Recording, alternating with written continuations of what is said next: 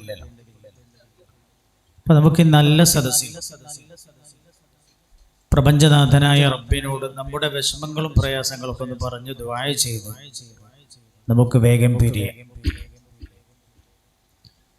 ഈ സദസ്സിന്റെ ഒരു ഭാഗത്ത് ഞാൻ നോക്കുമ്പോൾ സഹോദരിമാർ വന്നിട്ടുണ്ട്. ഞാനിവിടെ വാഹനം ഇറങ്ങി ഈ സദസ്സിലേക്ക് വരുമ്പോൾ 2 സഹോദരിമാർ ഓടി വന്നിട്ട് പറഞ്ഞു, ഞാനിങ്ങനെ ധൃതിയിൽ നടന്നു വരാൻ ശ്രമിക്കുമ്പോൾ ഒരാൾ പറഞ്ഞു, ദുആ ചെയ്യണം, ഞാൻ ഉംറക്ക് പോകുന്നുണ്ട്. അപ്പൊ എനിക്ക് മനസ്സിലായി, ഞാൻ വണ്ടിയിൽ നിന്ന് ഇറങ്ങി 1-2 സെക്കൻഡ് ആയിട്ടേ ഉണ്ടാവുള്ളൂ. അപ്പൊ എന്നെ കണ്ടപാടെ തന്നെ പറഞ്ഞത് ഞാൻ ഉംറക്ക് പോകുന്നുണ്ട്, ദുആ ചെയ്യണം. അപ്പൊ എനിക്ക് മനസ്സിലായി, ആ സഹോദരി ഈ സദസ്സിലേക്ക് നടന്നു വന്നത് തൻ്റെ ഉംറ ഖബൂലാവാൻ ഇവിടെ വെച്ച് ദുആ ചെയ്യിപ്പിക്കണം എന്ന് കരുതിയിട്ടാണ്. തൊട്ടടുത്തൊരു സഹോദരിയുണ്ട്, ഒരു കുഞ്ഞിനെ തോളിലിട്ടിട്ടുണ്ട്. ആരാന്നൊന്നും എനിക്കറിയില്ല. എന്നെ ഉസ്താദെ എന്ന് വിളിച്ചപ്പോൾ ഞാനിങ്ങനെ ചെവി കൊടുത്തപ്പോൾ കുഞ്ഞിനെ തോളിലിട്ടിട്ട് എന്നോട് പറഞ്ഞത്, എൻ്റെ ഭർത്താവിന് വെരിക്കോസിന്റെ പ്രയാസമുണ്ട്, ദുആ ചെയ്യണമെന്ന്. അപ്പൊ എനിക്ക് മനസ്സിലായി, ഈ കോരിച്ചൊരിയുന്ന മഴയത്ത് തൻ്റെ പിഞ്ചു പൈതലിനെ തോളിലിട്ട ആ സഹോദരി വന്നത് ഈ ഡയാലിസിസിന് വേണ്ടിയുള്ള സംവിധാനങ്ങൾ ഒരുങ്ങി പ്രവൃത്തി ഉദ്ഘാടനം നടക്കുന്ന ഈ സദസ്സിൽ പ്രപഞ്ചനാഥനായ അള്ളാഹുവിന്റെ അനുഗ്രഹം വർഷിക്കും. അവിടെ വെച്ച് തന്റെ റബ്ബിനോട് തന്റെ ഭർത്താവിന്റെ രോഗശമനത്തിന് വേണ്ടി ദുആ ചെയ്യിപ്പിക്കാനാണ്, ദുആ ചെയ്യാനാണ്, മനമൊരുകി ദുആ ചെയ്യാൻ വേണ്ടിയാണ് ആ സഹോദരി വന്നത് എന്നെനിക്ക് തോന്നി. കാരണം കുറെ നേരം ഒരു സ്ഥലത്ത് ഇരുന്നപ്പോ വെറുതെ കണ്ടപ്പോ പറഞ്ഞതല്ല. വണ്ടിയിൽ നിന്ന് ഇറങ്ങി ഞാൻ ഈ സദസ്സിലേക്ക് ധൃതിയിൽ നടന്നു വരുമ്പോ എന്നെ വിളിച്ചു പറഞ്ഞപ്പോ ഞാൻ മനസ്സിലാക്കിയത്, വീട്ടിൽ നിന്ന് ആ സഹോദരി ഇറങ്ങി സദസ്സിലേക്ക് നടന്നു വരുന്ന ഓരോ കാൽപാദങ്ങൾ വെക്കുമ്പോഴും തന്റെ ഭർത്താവിന്റെ വെരിക്കോസ്, അതിന്റെ വേദനയും പ്രയാസവുമാണ് ആ സഹോദരിയുടെ മനസ്സിൽ. വെരിക്കോസിന്റെ പ്രശ്നം കൂടിയാൽ ജോലിക്ക് പോകാൻ കഴിയില്ല, കുടുംബത്തെ ശരിക്കും പോറ്റാൻ കഴിയില്ല. അതിന്റെ പ്രയാസങ്ങൾ അത് അനുഭവിക്കുന്ന ആളുകൾക്കാണ് അറിയാം. ചില ആളുകൾ അവരുടെ കാല് വരിഞ്ഞു കെട്ടി കാണിച്ചു തരാറുണ്ട്, അങ്ങനൊക്കെ അനുഭവമുണ്ട്. അപ്പൊ ഞാൻ മനസ്സിലാക്കുന്നത്, ഇവിടെ വന്ന ഓരോ ആളുകളും അങ്ങനെ പല പ്രയാസങ്ങളും നെഞ്ചിലേറ്റി വന്നവരാവും. നമ്മുടെ ഏതു കാര്യവും സാധിപ്പിച്ചു തരാൻ പ്രപഞ്ചനാഥനായ അള്ളാഹുവിനല്ലാതെ ലോകത്തൊരാൾക്കും കഴിയില്ല എന്നതൊരു സത്യമാണ്. ഈ കലാഭവൻ നവാസ് മരണപ്പെട്ടപ്പോൾ ഒരാൾ പറയുന്നത് ഞാൻ കേട്ടു, അയാൾക്ക് അതിന്റെ ഷൂട്ടിംഗ് നടക്കുന്ന സമയത്ത് നെഞ്ചരിച്ചിൽ അനുഭവപ്പെട്ടപ്പോ തന്നെ അയാൾ ഹോസ്പിറ്റലിൽ പോയെങ്കിൽ രക്ഷപ്പെടുമായിരുന്നു എന്നൊരാൾ പറയുന്നത് കേട്ടു. രക്ഷപ്പെടൂല.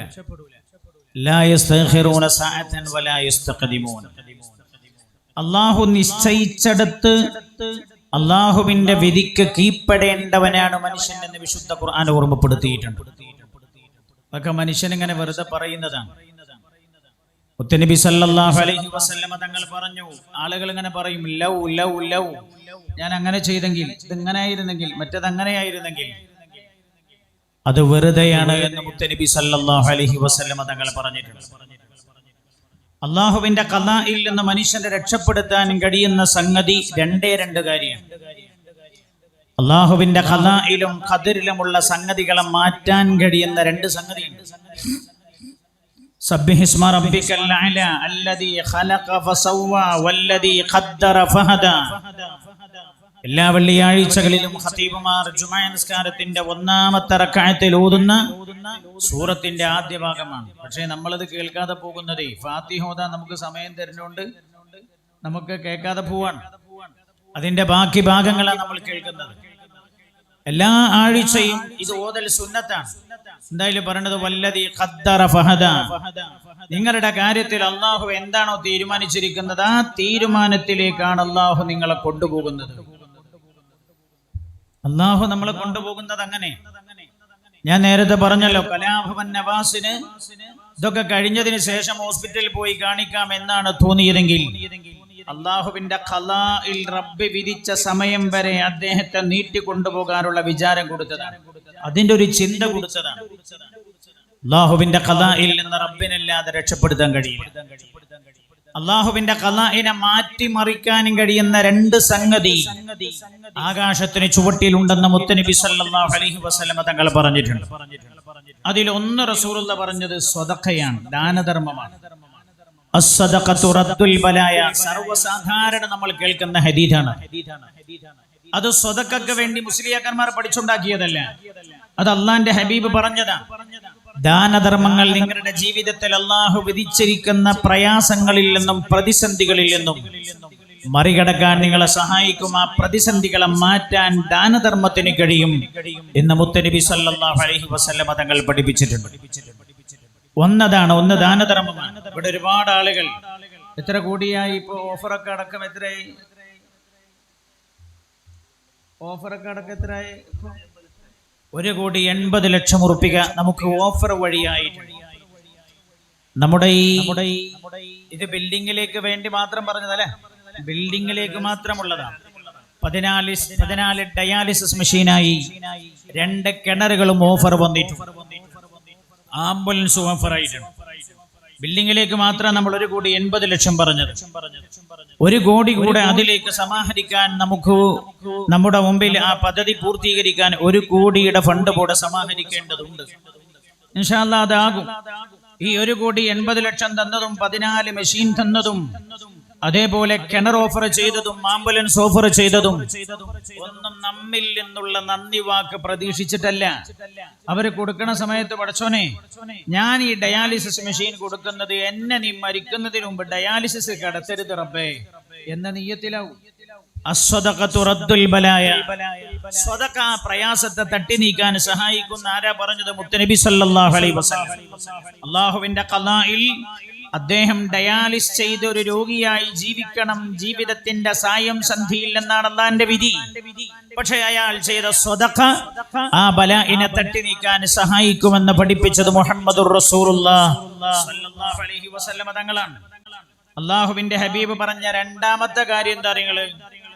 രണ്ടാമത്തെ കാര്യം, ഒരു പക്ഷേ ആംബുലൻസ് കൊടുത്ത ആള് നിയ്യത്ത് ചെയ്തിട്ടുണ്ടാവും, പഠിച്ചോനെ മരണം വരെ ആംബുലൻസിൽ കിടക്കേണ്ട ഒരു വിധി നീ തരരുത് അല്ലാഹ്. അതൊരു പ്രയാസം. ഒരാൾ എന്നോട് പറഞ്ഞു ആംബുലൻസ് കാണുമ്പോഴേ പേടിയാണ്. അതെ, അതിൽ കിടക്കാനുള്ള വിധിയില്ലാതിരിക്കട്ടെ എന്ന് പറഞ്ഞു. അങ്ങനെ ചെയ്തവരൊക്കെ പല നിയ്യത്തിലും ചെയ്തവരാവും. ഉപ്പാക്ക് നിയ്യത്ത് ചെയ്തവർ, ഉമ്മാക്ക് നിയ്യത്ത് ചെയ്തവർ. ഞാൻ പറഞ്ഞത് ഇതിനു വേണ്ടി വന്ന ഓരോ ദാനധർമ്മത്തിലും അള്ളാഹുവിൽ നിന്ന് പല രീതിയിലുള്ള പ്രതിഫലങ്ങൾ ആഗ്രഹിച്ചുകൊണ്ട് ചെയ്തവരുണ്ടാകും. അവർക്ക് വേണ്ടി ദുആ ചെയ്യണം. അതേപോലെ മുത്തുനബി സല്ലല്ലാഹു അലൈഹി വസല്ലമ തങ്ങൾ പറഞ്ഞ അള്ളാഹുവിന്റെ ഖലാഇനെ മാറ്റിമറിക്കാൻ പറ്റാവുന്ന രണ്ടാമത്തെ സംഗതി ദുആയാണ് എന്ന് മുഹമ്മദ് മുസ്തഫ സല്ലല്ലാഹു അലൈഹി വസല്ലമ തങ്ങൾ പഠിപ്പിച്ചിട്ടുണ്ട്. റസൂലുള്ളാഹി പറഞ്ഞല്ലോ, സയ്യിദത്തുന ആയിഷ ബീവി റളിയല്ലാഹു അൻഹ റിപ്പോർട്ട് ചെയ്യുന്ന ഹദീസാ. ആയിഷ ബീവി റളിയല്ലാഹു അൻഹ അല്ലാഹുവിന്റെ ഹബീബ് പള്ളിയിൽ വെച്ച് സ്വഹാബികൾക്ക് പഠിപ്പിച്ചു കൊടുക്കുന്നത് വീട്ടിന്റെ അകത്തിരുന്ന് കേട്ട പെണ്ണ ആയിഷ ബീവി. എന്നിട്ട് ലോകത്തെ പഠിപ്പിക്കാൻ അല്ലാഹുവിന്റെ ഹബീബ് പറയുന്നത് ഞാൻ കേട്ടു. എന്താ റസൂലുള്ളാഹി പറഞ്ഞത്? ലാ യുഗ്നി ഹദറും മിൻ ഖദർ. സൂക്ഷിച്ചു എന്നതുകൊണ്ട് അല്ലാഹുവിന്റെ ഖലാഇൽ നിന്ന് രക്ഷപ്പെടാൻ കഴിയില്ല. എന്റെ ജീവിതത്തിൽ അനുഭവമുണ്ട്. എന്റെ ഏറ്റവും അടുത്തൊരു സുഹൃത്തായ, എന്റെ ഏറ്റവും അടുത്ത സുഹൃത്ത് പറയാം, അദ്ദേഹത്തിന്റെ അയൽവാസി ഒരു അമുസ്ലിമാണ്. അദ്ദേഹം ഭക്ഷണത്തിലൊക്കെ വളരെ സൂക്ഷ്മത പാലിച്ച് ജീവിക്കുന്ന ആളാണ്. അയാൾ എപ്പോഴും പറയത്രേ, ക്യാൻസറിന്റെ കാരണം വിഷലിപ്തമായ ഭക്ഷണമാണ്. അയാളുടെ പറമ്പിലും പാടത്തും ഉണ്ടാക്കിയ നെല്ലിൽ നിന്ന് കിട്ടുന്ന അരിയും പച്ചക്കറികളും മാത്രമാണ് അയാൾ കഴിക്കാറുള്ളത്. രാത്രി ഒരു ഓട്സിൽ മാത്രം അയാൾ രാത്രി ഭക്ഷണം അവസാനിപ്പിക്കുന്ന ആളാണ്. അയാൾ പറയാ ക്യാൻസർ വരും, അതുകൊണ്ട് ഭക്ഷണം ശ്രദ്ധിക്കണം, രോഗിയാകും, ശ്രദ്ധിക്കണം. അങ്ങനൊക്കെ ഉണ്ട്. എന്നോട് ഈ സുഹൃത്ത് പറയാൻ, അദ്ദേഹം മരണപ്പെട്ടത് ലെൻസിന് ക്യാൻസർ വന്നിട്ടാണ്. ഇയാൾ മദ്യപിക്കാറില്ല, പുകവലിക്കാറില്ല. സാധാരണ ലെൻസിന് ക്യാൻസർ വന്നാൽ ഡോക്ടർമാർ ചോദിക്കും പുകവലിക്കാറുണ്ടോ എന്ന് ചോദിക്കും. ആദ്യത്തെ ചോദ്യമായിരിക്കും. അങ്ങനെയാ ചോദിക്കുക. ലിവറിന്റെ പ്രശ്നം വന്നാ ചോദിക്കും നിങ്ങൾ മദ്യപിക്കാറുണ്ടോ എന്ന് ചോദിക്കും. ഇയാൾ പുകവലിച്ചിട്ടില്ല, മദ്യപിച്ചിട്ടില്ല, പക്ഷെ അയാൾ മരിച്ചത് ലെൻസിന് ക്യാൻസർ വന്നിട്ടാണ്. നിങ്ങൾ സൂക്ഷിച്ചു എന്നതുകൊണ്ട് മാത്രം അല്ലാഹുവിന്റെ ഖദാഇൽ നിന്ന് രക്ഷപ്പെടാൻ നിങ്ങൾക്ക് കഴിയില്ല. ശരിയല്ലേ? ഇന്നലെ രാത്രി ഞാൻ നിങ്ങളുടെ നാടിന്റെ അടുത്ത് വില്യാപ്പള്ളിക്കടുത്തൊരു സ്ഥലത്ത് വഅദിന് പോയതാണ്. രാത്രി ഭക്ഷണം കഴിക്കാൻ, ഈ സമയമാണത്, ഭക്ഷണം കഴിക്കാൻ വേണ്ടി ഇരിക്കുന്ന സമയത്ത് ചില ആളുകൾ ഇങ്ങനെ ഭക്ഷണത്തിന്റെ കാര്യം പറഞ്ഞു. ചിലർ ശ്രദ്ധിച്ചു കഴിക്കുന്നുണ്ട്, ചിലർ സൂക്ഷിക്കാതെ കഴിക്കുന്നുണ്ട്. സൂക്ഷിക്കാതെ കഴിക്കുന്നവർ സൂക്ഷിച്ചു കഴിക്കുന്നവരോട് പറയാൻ, കഴിച്ചാലും മരിക്കും, കഴിച്ചിട്ടില്ലെങ്കിലും മരിക്കും. കഴിച്ചാലും രോഗിയാകും, കഴിക്കില്ലെങ്കിലും രോഗിയാവും. എന്നിട്ടവർ പറഞ്ഞാൽ അതിനൊന്നുമല്ല പറഞ്ഞത്. അവർ പറയുന്നൊരു സംഗതി, ആ നാട്ടിൽ നടക്കുക മാത്രമേ ചെയ്യാറുള്ളത്രേ. വാഹനങ്ങളിൽ അയാൾ കയറാറുള്ളത് അവർ കണ്ടത് വളരെ വിരളം മാത്രമാണ്. അദ്ദേഹത്തിന്റെ പേര് പറഞ്ഞിട്ട് പറഞ്ഞു അദ്ദേഹം നടന്നു തീർത്തതാണ്, അദ്ദേഹത്തിന്റെ ആയുസ് മുഴുവൻ നടന്നു തീർത്തതാണ്. അദ്ദേഹത്തിന് ഷുഗർ ഉണ്ട് അത്രേ. എന്നിട്ട് എന്നോട് പോലെ പറയാ, നടന്നു എന്നുള്ളതുകൊണ്ടൊന്നും ഷുഗർ ഇല്ലാതാവൂല ഉസ്താദെ എന്ന് മൂപ്പരൻ എന്നോട് പറയാൻ. അവരെന്നോട് പറയാൻ, നടക്കണ്ടെന്നൊന്നുമല്ല ഞാൻ പറഞ്ഞത്. സൂക്ഷിച്ചു എന്നതുകൊണ്ട് മാത്രം അല്ലാഹുവിന്റെ ഖദാഇൽ നിന്ന് രക്ഷപ്പെടാൻ നിങ്ങൾക്ക് കഴിയില്ല. അല്ലാഹുവിന്റെ ഹബീബാൻ സ്വല്ലല്ലാഹു അലൈഹി വസല്ലം ഡോക്ടർമാര് രോഗങ്ങളുടെ കാരണം പറയാറുള്ളത് എന്താ അറിയോ? അവർ 1000 രോഗം, സമാനമായ രോഗവുമായി 1000 ആളുകൾ വന്നാൽ 1000 ആളുകളെയും ഇവർ നിരീക്ഷിക്കും. എന്നിട്ട് എന്താ പറയാ, ഡയഗ്നോസിസ് ചെയ്യും. അവരങ്ങനെ ചോദിക്കും ഈ വന്ന ഓരോ രോഗിയോടും, നിങ്ങൾക്ക് എന്തായിരുന്നു തുടക്കമുണ്ടായത്, പിന്നെന്തുണ്ടായത്, പിന്നെന്തായി, 1 മാസം കഴിഞ്ഞപ്പോ എന്തായി, ഇതിങ്ങനെ ചോദിച്ചറിയും. പിന്നെ ചോദിക്കും നിങ്ങളുടെ പരമ്പരയിലുണ്ടോ, വാപ്പാക്ക് സുഖം ഉണ്ടായിരുന്നു, ഇതിന്റെ വല്ല ലക്ഷണം, ഇതൊക്കെ ചോദിച്ചറിഞ്ഞ 1000 ആളുകളിൽ നിന്ന് 600 ആളുകളും പറഞ്ഞ സമാനമായ അടയാളങ്ങൾ രേഖപ്പെടുത്തിയിട്ട് അവർ പറയും ഇന്ന രോഗത്തിന്റെ സിംറ്റംസ് ഇന്നതൊക്കെയാണ് എന്നവർ പറയും. അങ്ങനെ പറയാണ്. എന്നിട്ട് അവര് പറഞ്ഞത്, നമ്മൾ ചെന്നിട്ട് വയറുവേദന ഉണ്ടെന്ന് ചോദിക്കുമ്പോൾ ഡോക്ടർ ചോദിക്കും ഇവിടെയാണ്. അപ്പൊ അയാള് ഇതിന് മുമ്പ് വന്ന് ഇത് പരിശോധിച്ച് ചില ലക്ഷണങ്ങളൊക്കെ ചോദിച്ചറിഞ്ഞ് അതിന്റെ കൂടെ സാമ്യമായി വന്നു എന്ന് കണ്ടാ മൂപ്പര് പറയും സാരില്ല, ഒരാഴ്ച മരുന്ന് കഴിച്ചാൽ മാറും, അത് നിങ്ങൾക്ക് ഇന്ന പ്രശ്നം കൊണ്ട് വന്നതാണ്. 600 ആളുകളിൽ നിന്ന് സമാനമായ സ്വഭാവം കണ്ടപ്പോ അത് വെച്ച് ഡയോഗ്നിസ് ആ രോഗം നിർണയിക്കാനുള്ള മാനദണ്ഡങ്ങൾ രേഖപ്പെടുത്തിയിട്ടാണ് അവർ പറഞ്ഞത്. പക്ഷെ 400 ഇതിന് പുറത്താന്ന് പറഞ്ഞാല് അവർ ഈ ലക്ഷണങ്ങളൊന്നും കണ്ടില്ലെങ്കിലും പറയും, പിന്നെ ഒരു മുണ്ടൂല. ഇപ്പൊ അടുത്തൊരാളിനോട് പറഞ്ഞു, ഞാൻ ചെന്നിട്ട് ഞാനൊരു സർജറി കഴിഞ്ഞതാണ്, അയാൾ പറയുന്ന ഹാർട്ടിന്റെ സർജറി കഴിഞ്ഞതാണ്.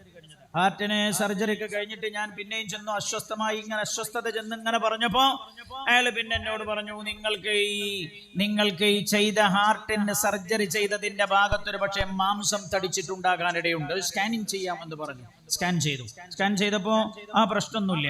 അപ്പൊ പിന്നെ അയാൾ ഇങ്ങനെ ഇരുന്നിട്ട് കുറെ ആലോചിച്ചിട്ട് പറഞ്ഞത്രേ, പ്രശ്നമൊന്നുമില്ല, ഞാൻ എന്തേ പ്രശ്നം ഉണ്ടാവും നമുക്ക് നോക്കാം, നിങ്ങൾക്ക് വേദന വരുമ്പോ വന്നാ മതി. അയാൾ എന്നോട് പറയാൻ, എന്നെ ചികിത്സിച്ച ഡോക്ടർക്ക് എനിക്ക് വന്ന അസ്വസ്ഥതയുടെ കാരണം എന്ത് പറയാൻ പറ്റുന്നില്ല. ഞാൻ പറഞ്ഞു വന്നത് എന്താ, ഈ രോഗങ്ങളെ വിലയിരുത്തുന്ന ഈ രീതിയിലാണ് മുത്തുനബി പറഞ്ഞത് സല്ലല്ലാഹു അലൈഹി വസല്ലം. അല്ലാഹുവിന്റെ ഖദാഇൽ ഒരു മനുഷ്യൻ എന്തൊക്കെ അല്ലാഹു വിധിച്ചിട്ടുണ്ടോ അത് അല്ലാഹുവിന്റെ ആ വിധിക്ക് വിധേയമാകാൻ വിധിക്കപ്പെട്ടവനാണ് മനുഷ്യൻ. ഞാൻ അല്ലാഹുവിന്റെ വിധിയിൽ, നമ്മളെ ഈ ഭൂമി എന്ന് പറഞ്ഞ പരീക്ഷണാലയാണ്. നമ്മളൊക്കെ പരീക്ഷിക്കപ്പെട്ടുകൊണ്ടേയിരിക്കുകയാണ്. ഒരു രീതിയിൽ അല്ലെങ്കിൽ മറ്റൊരു രീതിയിൽ പരീക്ഷിക്കപ്പെട്ടുകൊണ്ടിരിക്കുകയാണ്.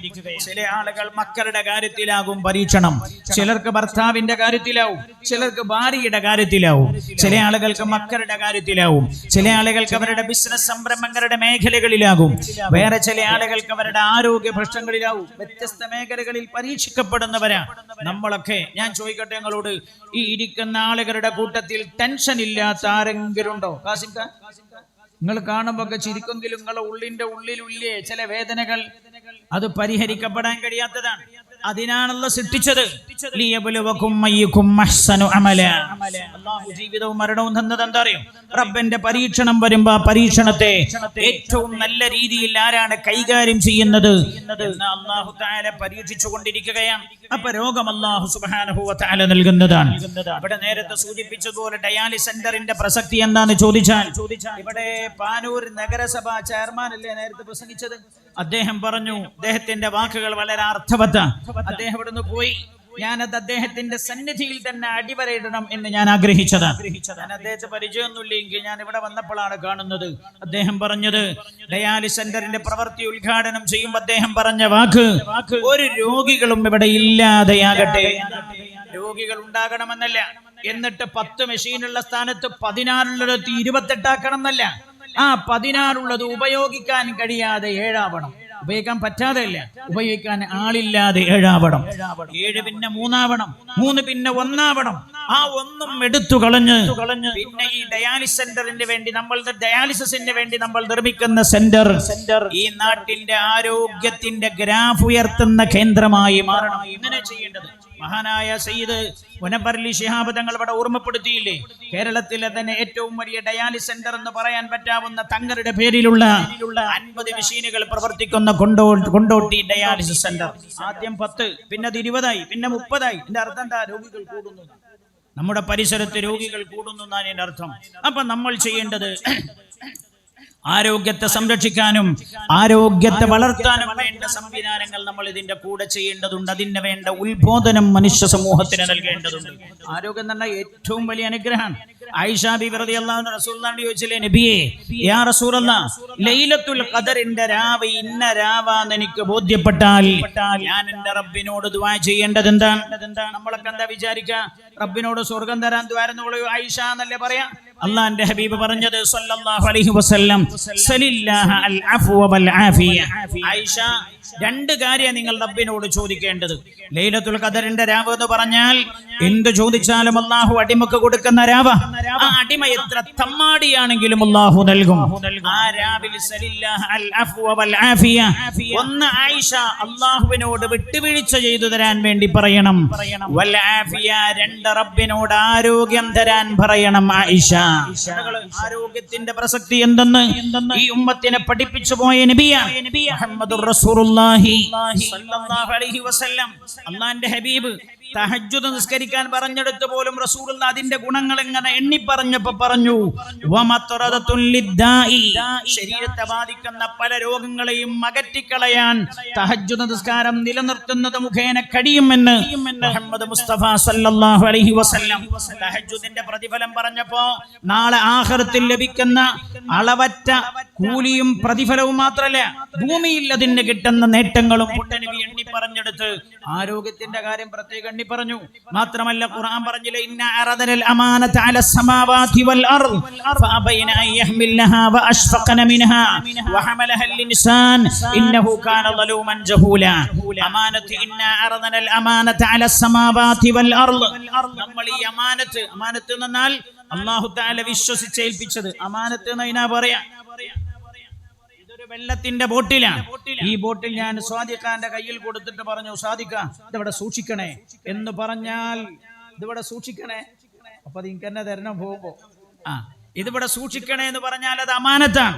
നമ്മൾ അമാനത്ത് എന്ന് പറയാം, ഒരാളെ വിശ്വസിച്ചേൽപ്പിക്കുന്ന കാര്യമാണ്. ആ അമാനത്തിൽ വലിയ വഞ്ചനകൾ, വലിയ രീതിയിലുള്ള വഞ്ചനകൾ നടക്കുന്ന കാലമാണ്.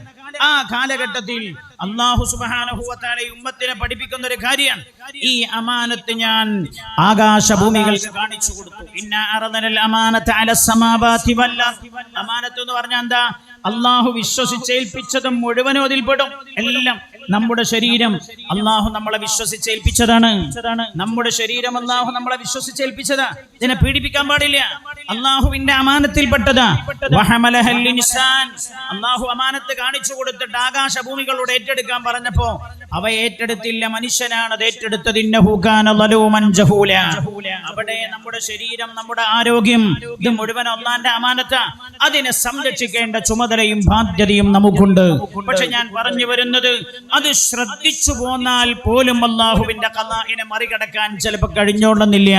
പക്ഷെ കഴിയുന്ന ഒന്ന് പ്രാർത്ഥനയാണ്. അതുകൊണ്ട് ആരോഗ്യം ശ്രദ്ധിക്കുക മാത്രം ഉണ്ടായ പോരാ, റബ്ബിനോട് നന്നായി ദുആ ചെയ്യണം. ചില ആളുകൾ എന്ത് ചെയ്യുന്നറിയാം, രാവിലെ പോയി ജിമ്മ് ചെയ്യും, പക്ഷേ അവർ ജിമ്മിൽ മാത്രം ആശ്രയിക്കും. ജിമ്മിൽ മാത്രമല്ല ആരോഗ്യമുള്ളത്. ഇവിടെ ഞങ്ങളെ കണ്ടില്ലേ, ജിംനേഷ്യത്തിൽ പോയി ജിമ്മ് ചെയ്തുകൊണ്ടിരിക്കുന്ന ഒരു ചെറുപ്പക്കാരനാ മറിഞ്ഞു വീണത്. അദ്ദേഹം അറ്റാക്ക്, സൈലന്റ് അറ്റാക്കായി മരണപ്പെട്ടു പോയത്, പൊഴിഞ്ഞു വീണ് മരണപ്പെട്ടത്. അപ്പോ ശ്രദ്ധിക്കുന്നതിന്റെ കൂടെ തന്നെ പ്രാർത്ഥന അതിനോട് അലിഞ്ഞു ചേരണം എന്ന് പുണ്യ നബി സല്ലല്ലാഹു അലൈഹി വസല്ലം തങ്ങൾ പഠിപ്പിക്കുക. ലാ യുഗ്നി ഹദറും മിൻ ഖദർ. സൂക്ഷിച്ചു എന്നുള്ളത് കൊണ്ട് അല്ലാഹുവിന്റെ ഖലാ എന്ന് രക്ഷപ്പെടാൻ കഴിയില്ല. വദ്ദുആഉ യൻഫഉ മിമ്മാ നസൽ വമിമ്മാ ലം യൻസിൽ. പ്രാർത്ഥന നിങ്ങളിൽ വന്നുപെട്ടിരിക്കുന്ന ബലാഇനെ എടുത്തു നീക്കാനും വരാനിരിക്കുന്ന ബലാഇനെ തടഞ്ഞു നിർത്താനും ദുആ കൊണ്ട് കഴിയുമെന്ന് നബിയുനാ റസൂലുള്ളാഹി സ്വല്ലല്ലാഹു അലൈഹി വസല്ലം അല്ലാഹുവിന്റെ ഹബീബ് പഠിപ്പിച്ചതാണ്. വരാനിരിക്കുന്ന ബലാ ദുആ കൊണ്ട് തടുത്തു നിർത്താൻ കഴിയും. ഞാൻ അതുകൊണ്ടാ പറഞ്ഞത്, ഞാൻ ദീർഘമായി സംസാരിക്കാൻ ഉദ്ദേശിക്കുന്നില്ല. നമ്മൾ ഈ സദസ്സിൽ വെച്ചൊന്ന് ദുആ ചെയ്ത് പിരിയാം. ആർക്ക് വേണ്ടിയാ ദുആ ചെയ്യുന്നത്? ഇതിനെ ഇതുവരെ നിർലോഭമായി സഹായിച്ചവർക്ക് വേണ്ടി, ഈ സദസ്സിൽ വന്നവർക്ക് വേണ്ടി. ഞാൻ മനസ്സിലാക്കുന്നു, ഈ ഇടതുഭാഗത്ത് വന്നു നിൽക്കുന്ന സഹോദരിമാർ കോരിച്ചൊരിയുന്ന മഴയത്ത് ആരും പുറത്തിറങ്ങൂല. ഞാൻ തന്നെ അങ്ങനെ വൈകുന്ന ഉച്ചക്കോ രാവിലെ ഏറ്റവും ഞാൻ അക്കുവിനെ വിളിച്ചിട്ട് ചോദിച്ചു, അക്കു പരിപാടി നടക്കുമോ? കോരിച്ചൊരിയുന്ന മഴ കണ്ടപ്പോ ഞാൻ പോലും ഈ പരിപാടി ക്യാൻസലായിരുന്നെങ്കിൽ എൻ്റെ വീട്ടിൽ പോയി എൻ്റെ കുട്ടികളുടെ കൂടെ ഇരിക്കാമല്ലോ എന്ന് വിചാരിച്ചു പോയി. അത്രയും കോരിച്ചൊരിയുന്ന മഴയത്ത് ഈ പാവങ്ങൾ, അതിലുണ്ട് കൊച്ചുകുട്ടിയെ തോളിലേറ്റി നടന്നു വന്ന പെണ്ണ് സഹോദരിയുണ്ട്. ആ സഹോദരി സദസ്സിൽ വെച്ച് റബ്ബിന്റെ സന്നിധിയിലേക്ക് കൈപൊക്കും. അല്ലാഹു തട്ടൂല, അല്ലാഹു മടക്കൂല.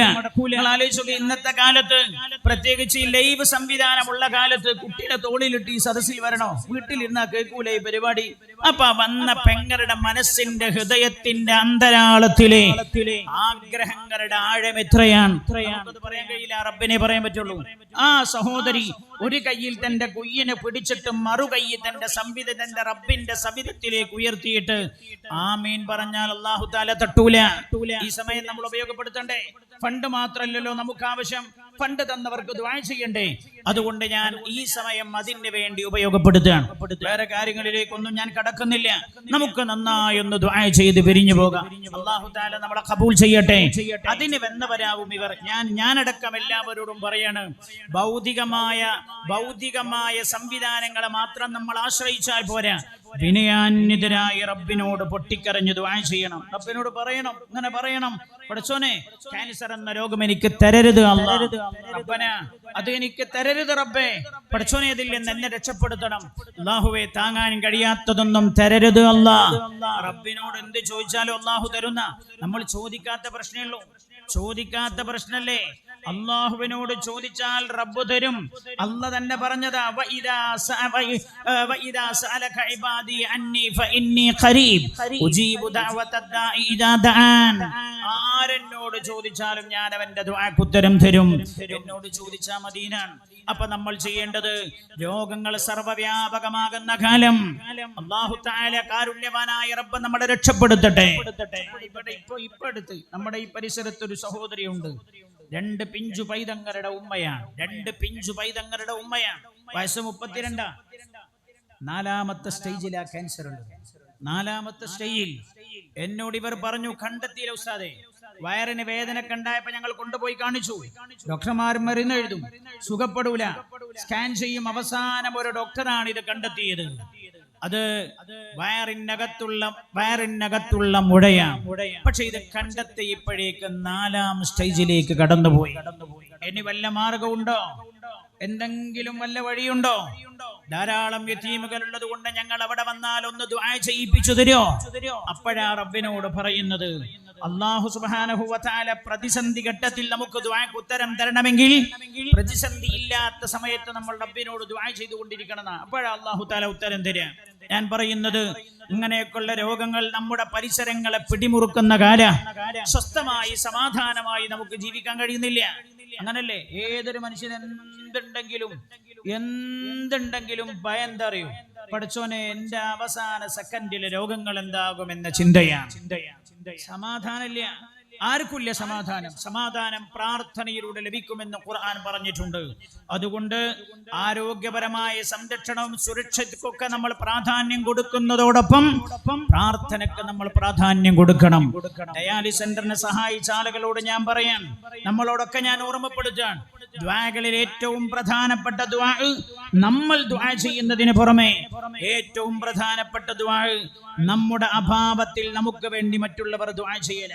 നമ്മുടെ അഭാവത്തിൽ നമുക്ക് വേണ്ടി മറ്റുള്ളവർ ദുആ ചെയ്യുക. ഡയാലിസിസ് സെന്ററിനെ സഹായിച്ചവരും അതിന് വേണ്ടി പ്രവർത്തിച്ചവർക്കും പ്രതീക്ഷിക്കാവുന്ന ഒരു വലിയ സംഗതി എന്താ കാരണം എന്നറിയോ? ഇവിടെ കടന്ന് ഡയാലിസിസ് സെന്റർ നമ്മൾ ആർക്ക് വേണ്ടി ഒരുക്കാണ്? നമ്മൾ ആർക്ക് വേണ്ടിയായി ഡയാലിസിസ് സെന്റർ ഒരുക്കുന്നത്? ഒരുപക്ഷെ നമ്മൾ ഇവിടെ സംഭാവന ചെയ്തവർക്കാവൂല. സംഭാവന ചെയ്തവർക്ക് ഒരുപക്ഷെ അങ്ങനെ രോഗം വരാതിരിക്കട്ടെ, വന്നാൽ തന്നെ അതിന് ചികിത്സിക്കാനുള്ള സാമ്പത്തികോല കയ്യിലുണ്ടാവും. പക്ഷെ അവർ സഹായിക്കുന്നത് ആരെയാൻ? ഒരു ഡയാലിസിസ് രോഗിയായി മാറിയാൽ സമ്പന്നനാണെങ്കിൽ തന്നെ അവൻ സാമ്പത്തികമായി തകർന്നു പോകുന്ന രോഗമാണത്. മിഡിൽ ക്ലാസ്സിലുള്ള ആളുകൾക്ക് ഒരു പരിധി വരെ പിടിച്ചുക്കാൻ കഴിയുള്ളൂ, താഴെ തട്ടിലുള്ളവർക്ക് പിടിച്ചുക്കാൻ കഴിയില്ല. ഞാൻ ഇതിന് മുമ്പ് ഡയാലിസിസ് സെന്ററിന്റെ നമ്മുടെ ആ പരിപാടിയുടെ അതിന്റെ പ്രഖ്യാപനത്തിന്റെ പരിപാടിയുടെ അന്ന് ഞാനൊരു കാര്യം നിങ്ങളോട് പറഞ്ഞിട്ടുണ്ടായിരുന്നു. നിങ്ങളത് മറന്നിട്ടുണ്ടോ എന്നറിയില്ല. മട്ടന്നൂർ പള്ളിയിൽ പല ആളുകളും, ഞാൻ അവിടെ എന്താ സമയത്ത് പല ജമാഅത്തുകൾക്കും സുബഹിക്ക് വരെ പിരിച്ച പള്ളിയാണ്. സുബഹിക്ക് ഒരിക്കൽ പിരിച്ചപ്പോ, അതായത് സുബഹിന്റെ അന്ന് ഒരാൾ എന്നോട് വന്നിട്ട് പറഞ്ഞു, ഞാൻ ബാംഗ്ലൂരിൽ നിന്ന് നാട്ടിലേക്ക് പോകണം ഉസ്താദേ, എന്റെ പൈസ പോക്കറ്റ് അടിച്ചു പോയി, ഒന്നുമില്ല, എന്തെങ്കിലും ചെയ്തു തരണം. സുബഹി നിസ്കാരം കഴിഞ്ഞപ്പോ ഞാൻ പിന്നെ സുബഹിക്ക് പറയാതിരിക്കാൻ നിർവാഹമില്ല, ബാക്കിയുള്ള 4 വക്തിലും പിരിവടക്കണ പള്ളിയാണത്. അന്ന് ഞാൻ സുബഹിക്ക് ഞാൻ ഇത് ആളുകളോട് പറഞ്ഞിട്ട് ആളുകളുടെ കയ്യിലുള്ളതൊക്കെ വാങ്ങിക്കൊടുത്തപ്പോ എന്നോട് എൻ്റെ ഒരു സുഹൃത്ത് പറഞ്ഞു, സുബഹിക്ക് പിരിവില്ലേന്നു, അതും തുടങ്ങിയില്ലേന്ന് ചോദിച്ചു. സുബഹിക്ക് പിരിവില്ലായിരുന്നു, അതും തുടങ്ങിയല്ലേ? അങ്ങനെ പിരിക്കുന്ന പള്ളിയാണ്. ആ പള്ളിയിൽ ഒരു ദിവസം ഒരാൾ എൻ്റെ അടുത്ത് വന്നിട്ട് പറഞ്ഞു, അദ്ദേഹം എന്നെ കാണാൻ അങ്ങനെ പതുക്കെ വന്ന് പിന്നെ എന്നെ സലാം ചൊല്ലി എന്നോട് പറഞ്ഞു, ഞാനൊരു കിഡ്നി രോഗിയാണ്. കിഡ്നി രോഗിയാന്ന് പറഞ്ഞപ്പോ ഞാൻ കരുതി കളക്ഷൻ ആയിരിക്കും ഇയാൾ പറഞ്ഞതാണ്. കിഡ്നി രോഗിയാന്ന് പറഞ്ഞാൽ പിന്നെ കളക്ഷൻ ചെയ്തു തരാനായിരിക്കും പറയുന്നത്. എന്നോട് പറഞ്ഞു, ഞാനൊരു കിഡ്നി രോഗിയാണ് ഉസ്താദേ, നിങ്ങൾ എനിക്ക് ദുആ ചെയ്യണം, എന്നെ വേഗം മരിപ്പിക്കാൻ ദുആ ചെയ്യണം. ഞാൻ എന്നോട് പറഞ്ഞത് അങ്ങനെ, ഞാൻ സാധാരണ കേൾക്കാത്തൊരഭ്യർത്ഥന, കിഡ്നി രോഗിയാണ് ഞാൻ, എന്നെ വേഗം മരിപ്പിക്കാൻ ദുആ ചെയ്യണം. ഞാൻ അദ്ദേഹത്തോട് ചോദിച്ചു, നിങ്ങൾ എന്താ അങ്ങനെ പറയുന്നത്? അപ്പൊ എന്നോട് പറഞ്ഞു, ഞാനൊരു അഭിമാനിയാണ് ഉസ്താദേ, ഗൾഫിലായിരുന്നു, നല്ല ജോലി, നല്ല സ്റ്റാറ്റസിൽ ജീവിച്ചതാ. ഇപ്പൊ ഞാൻ ഗൾഫിൽ നിന്നൊക്കെ റിട്ടയർഡ് ആയി വന്നു, എന്റെ കിഡ്നി ഫയലായി പോയി, എനിക്ക് ചികിത്സിക്കാൻ എന്റെ കയ്യിൽ പണമില്ല. ഒരു മാസം ഞാൻ ജീവിക്കണമെങ്കിൽ 10-30,000 ഉറുപ്പിക വേണം. അയാള് പറയാൻ ഡയാലിസിസ്, അതിന്റെ മരുന്ന്, യാത്രയുടെ ഫണ്ടൊക്കെ കൂടി 30,000 വേണം. എവിടുന്ന് കിട്ടാനാ? അപ്പ എന്റെ മക്കൾ എന്നെ വെറുക്കും, ഭാര്യ എന്നെ വെറുക്കും. ആദ്യത്തെ 1-2 മാസമൊക്കെ ആയിട്ട് ഓലെന്റെ കൂടെ ഉണ്ട്, കുറച്ചുകൂടെ കഴിഞ്ഞാൽ പിന്നെ എന്റെ കൂടെ വരാൻ ആളുണ്ടാവൂല. പിന്നെ ഓട്ടോറിക്ഷയ്ക്ക് പകരം മക്കള് പറയും, ഉപ്പാക്ക് ബസ്സിൽ പോയാ പോരെ, ചെലവ് കുറക്കുന്നത് നല്ലതല്ലേ എന്ന് ചോദിക്കും. അതെ, പിന്നെ ഡയാലിസിസ് ചെയ്യാൻ കഴിയാതെ ഞാൻ പ്രയാസപ്പെടും. ഞാൻ അവർക്കൊരു ഭാരമാകുന്നതിന് മുമ്പ് എന്നെ റബ്ബിനോട് മരിപ്പിച്ചു തരാൻ നിങ്ങൾ ദുആ ചെയ്യണം. അല്ലെങ്കിൽ പിന്നെ ഞാൻ ജീവിക്കണമെങ്കിൽ പള്ളി വരാന്തകളിൽ നിന്ന് പള്ളി വരാന്തകളിലേക്ക് കൈനീട്ടി യാചിച്ച് ഞാൻ പോകേണ്ടി വരും. അതിനേക്കാൾ നല്ലത് മരണമാണെന്ന് പറഞ്ഞതൊരു കിഡ്നി രോഗിയാണ്. ഇവിടെ പെരിങ്ങത്തൂരിൽ ഡയാലിസിസ് സെന്റർ ഒരുങ്ങുന്നത് ആർക്ക് വേണ്ടിയാന്ന് ചോദിച്ചാൽ നമ്മളെ പോലെയുള്ള പാവപ്പെട്ടവർക്ക് വേണ്ടിയാണ്. നമ്മൾ ചെയ്യേണ്ട ഒരു പണിയുണ്ട്. നമ്മളെന്നും അല്ലാഹു ആരും അത്തരം രോഗികളാക്കി മാറ്റാതിരിക്കട്ടെ. ഇത് താങ്ങി നിർത്താൻ കഴിയാത്ത പാവപ്പെട്ടവർക്ക് വേണ്ടി, സാമ്പത്തികമായി മിഡിൽ ലെവലിൽ നിൽക്കുന്ന ആളുകൾ, അവർക്ക് പിടിച്ചു നിൽക്കാൻ കഴിയാതെ വരുമ്പോൾ ആശ്രയിക്കാൻ വേണ്ടിയാണ് അല്ലാഹു തആല മനുഷ്യരെ സൃഷ്ടിച്ചതാണ്. അങ്ങനെ എല്ലാവരും സമ്പന്നരായ അല്ലാഹു സൃഷ്ടിക്കൂല. എല്ലാവരും സമ്പന്നരാണെങ്കിൽ പണിക്കാരെ കിട്ടൂല എന്ന് മാത്രല്ല, പിന്നെ ആകെ പ്രശ്നവും. എന്താ പ്രശ്നമാ? ഒരേ ശക്തിയിൽ ഒന്നിലേറെ ആളുകൾ ഉണ്ടായതെന്റെ കുഴപ്പാന്ന്. ഒരേ ശക്തിയിൽ ഒരേ പവറിൽ ഒന്നിലേറെ ആളുകൾ ഉണ്ടായ പ്രശ്നം ഉണ്ടാവും ഖുർആൻ സൂചിപ്പിച്ചിട്ടുണ്ട്. അപ്പൊ എല്ലാ മനുഷ്യരും സമ്പന്നരാണെങ്കിൽ നമുക്ക് ജീവിക്കാൻ കഴിയില്ല. എല്ലാ മനുഷ്യരും സമ്പന്നരാണെങ്കിൽ സാധിക്ക വീടുണ്ടാക്കുമ്പോ പടുക്കണാക്ക് എന്താ പറയല്? പടവ് നടത്തുന്നൊക്കെ എന്താ പറയാ? മേസിനെ കിട്ടൂല, മണല് കടത്താൻ ആളെ കിട്ടൂല, അതേപോലെ ടോയ്ലറ്റിന്റെ കുഴി കുടിക്കാൻ ആളെ കിട്ടൂല, അത് കോൺക്രീറ്റ് ചെയ്യാൻ ആളുണ്ടാവൂല, പ്ലംബിങ്ങിന് ആളെ കിട്ടൂല, വയറിങ്ങിന് ആളെ കിട്ടൂല. അപ്പൊ നമ്മുടെ സുഖത്തിന്റെ കാരണക്കാർ 10ാം ക്ലാസ്സിൽ മാഷ് 2ാം ക്ലാസ് എന്ന് പറഞ്ഞെടുത്തു 2 × 2 = 4 എങ്ങനെ വരെ പറഞ്ഞു കൊടുത്തിട്ട് മനസ്സിലാവില്ല. അതിന്റെ തൊട്ടടുത്തുള്ള ചോദിക്കാം എന്ത് മണ്ടനാങ്ങായി 2 × 2 4 കിട്ടാൻ അത്ര വലിയ പ്രയാസം ഉണ്ടോ? മറ്റവൻ എങ്ങനെ കൂട്ടി നോക്കിയിട്ട് പോലും ഇത് മനസ്സിലാവില്ല. എന്തേ കാരണം? അവൻ അങ്ങനെ കയറിപ്പോയി, മറ്റേ പാസിൽ കയറി പോയി 9ാം ക്ലാസ്സിലെത്തി. 10, 9 വരെ അങ്ങനെ പോയി. 10ൽ അവൻ തോറ്റു. 2ാമത് പിന്നെയും തോറ്റു. തോറ്റപ്പോനൊരു പണിക്കും പറ്റൂല. വാപ്പ പറഞ്ഞു നീ പ്ലംബറെ കൂടെ പോയിക്കോ, അവനെ പഠിപ്പിക്കാൻ പറ്റൂല. അതുകൊണ്ടാണ് നമുക്കൊരു പ്ലംബറെ കിട്ടിയത്. അങ്ങനെയല്ലേ നമുക്ക് ഇലക്ട്രിക് വർക്ക് ചെയ്യുന്ന സാധാരണക്കാരനെ കിട്ടിയത്? അങ്ങനെയല്ലേ നമ്മുടെ ഇപ്പൊ ഈ തേങ്ങക്ക് വില കൂടിയപ്പോ എല്ലാവരും തെങ്ങ് തുറക്കാൻ തുടങ്ങി, വളടാൻ തുടങ്ങി. അപ്പൊ തേങ്ങന്റെ വില നേരെ താഴെ പോകും. ഈ തെങ്ങ് തുറക്കാൻ വിദ്യാഭ്യാസമില്ലാത്തവന് കിട്ടിയത് എന്തുകൊണ്ടാ? വിദ്യാഭ്യാസമുള്ളവനെ കിട്ടൂല, സമ്പന്നന് കിട്ടൂല. മുതലാളിയുടെ തെങ്ങ് തുറക്കാൻ പാവപ്പെട്ടവൻ വന്നത് അവനത് പഠിച്ചിട്ട് മണ്ടേ കയറിയില്ല, ജീവിക്കാനുള്ള താല്പര്യത്തിന്റെ പേരിൽ അവൻ ഇറങ്ങിയതാണ്. അപ്പൊ മുതലാളിയോട് അല്ല പറയാൻ, അവന്റെ ജീവിതത്തിന്റെ ചെലവിന് തികയാതെ വരുമ്പോ നീ അവന്റെ കൂടെ നിൽക്കണം. അതാണ് സക്കാത്ത്. നീ അവന്റെ കൂടെ നിൽക്കണം, അതാ സക്കാത്ത്.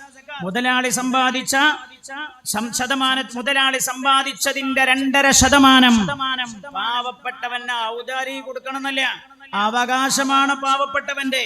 ഒരു കൊല്ലം കഴിയുമ്പോ മുതലാളിയുടെ സമ്പത്തിന്റെ 2.5% പാവപ്പെട്ടവൻ അവകാശം കൊടുത്ത ദീന. ഒരാൾ എന്നോട് പറഞ്ഞു, വലിയൊരു മുതലാളിയെ കണ്ടു, നിങ്ങളുടെ പരിസരത്താണ് ആൾ.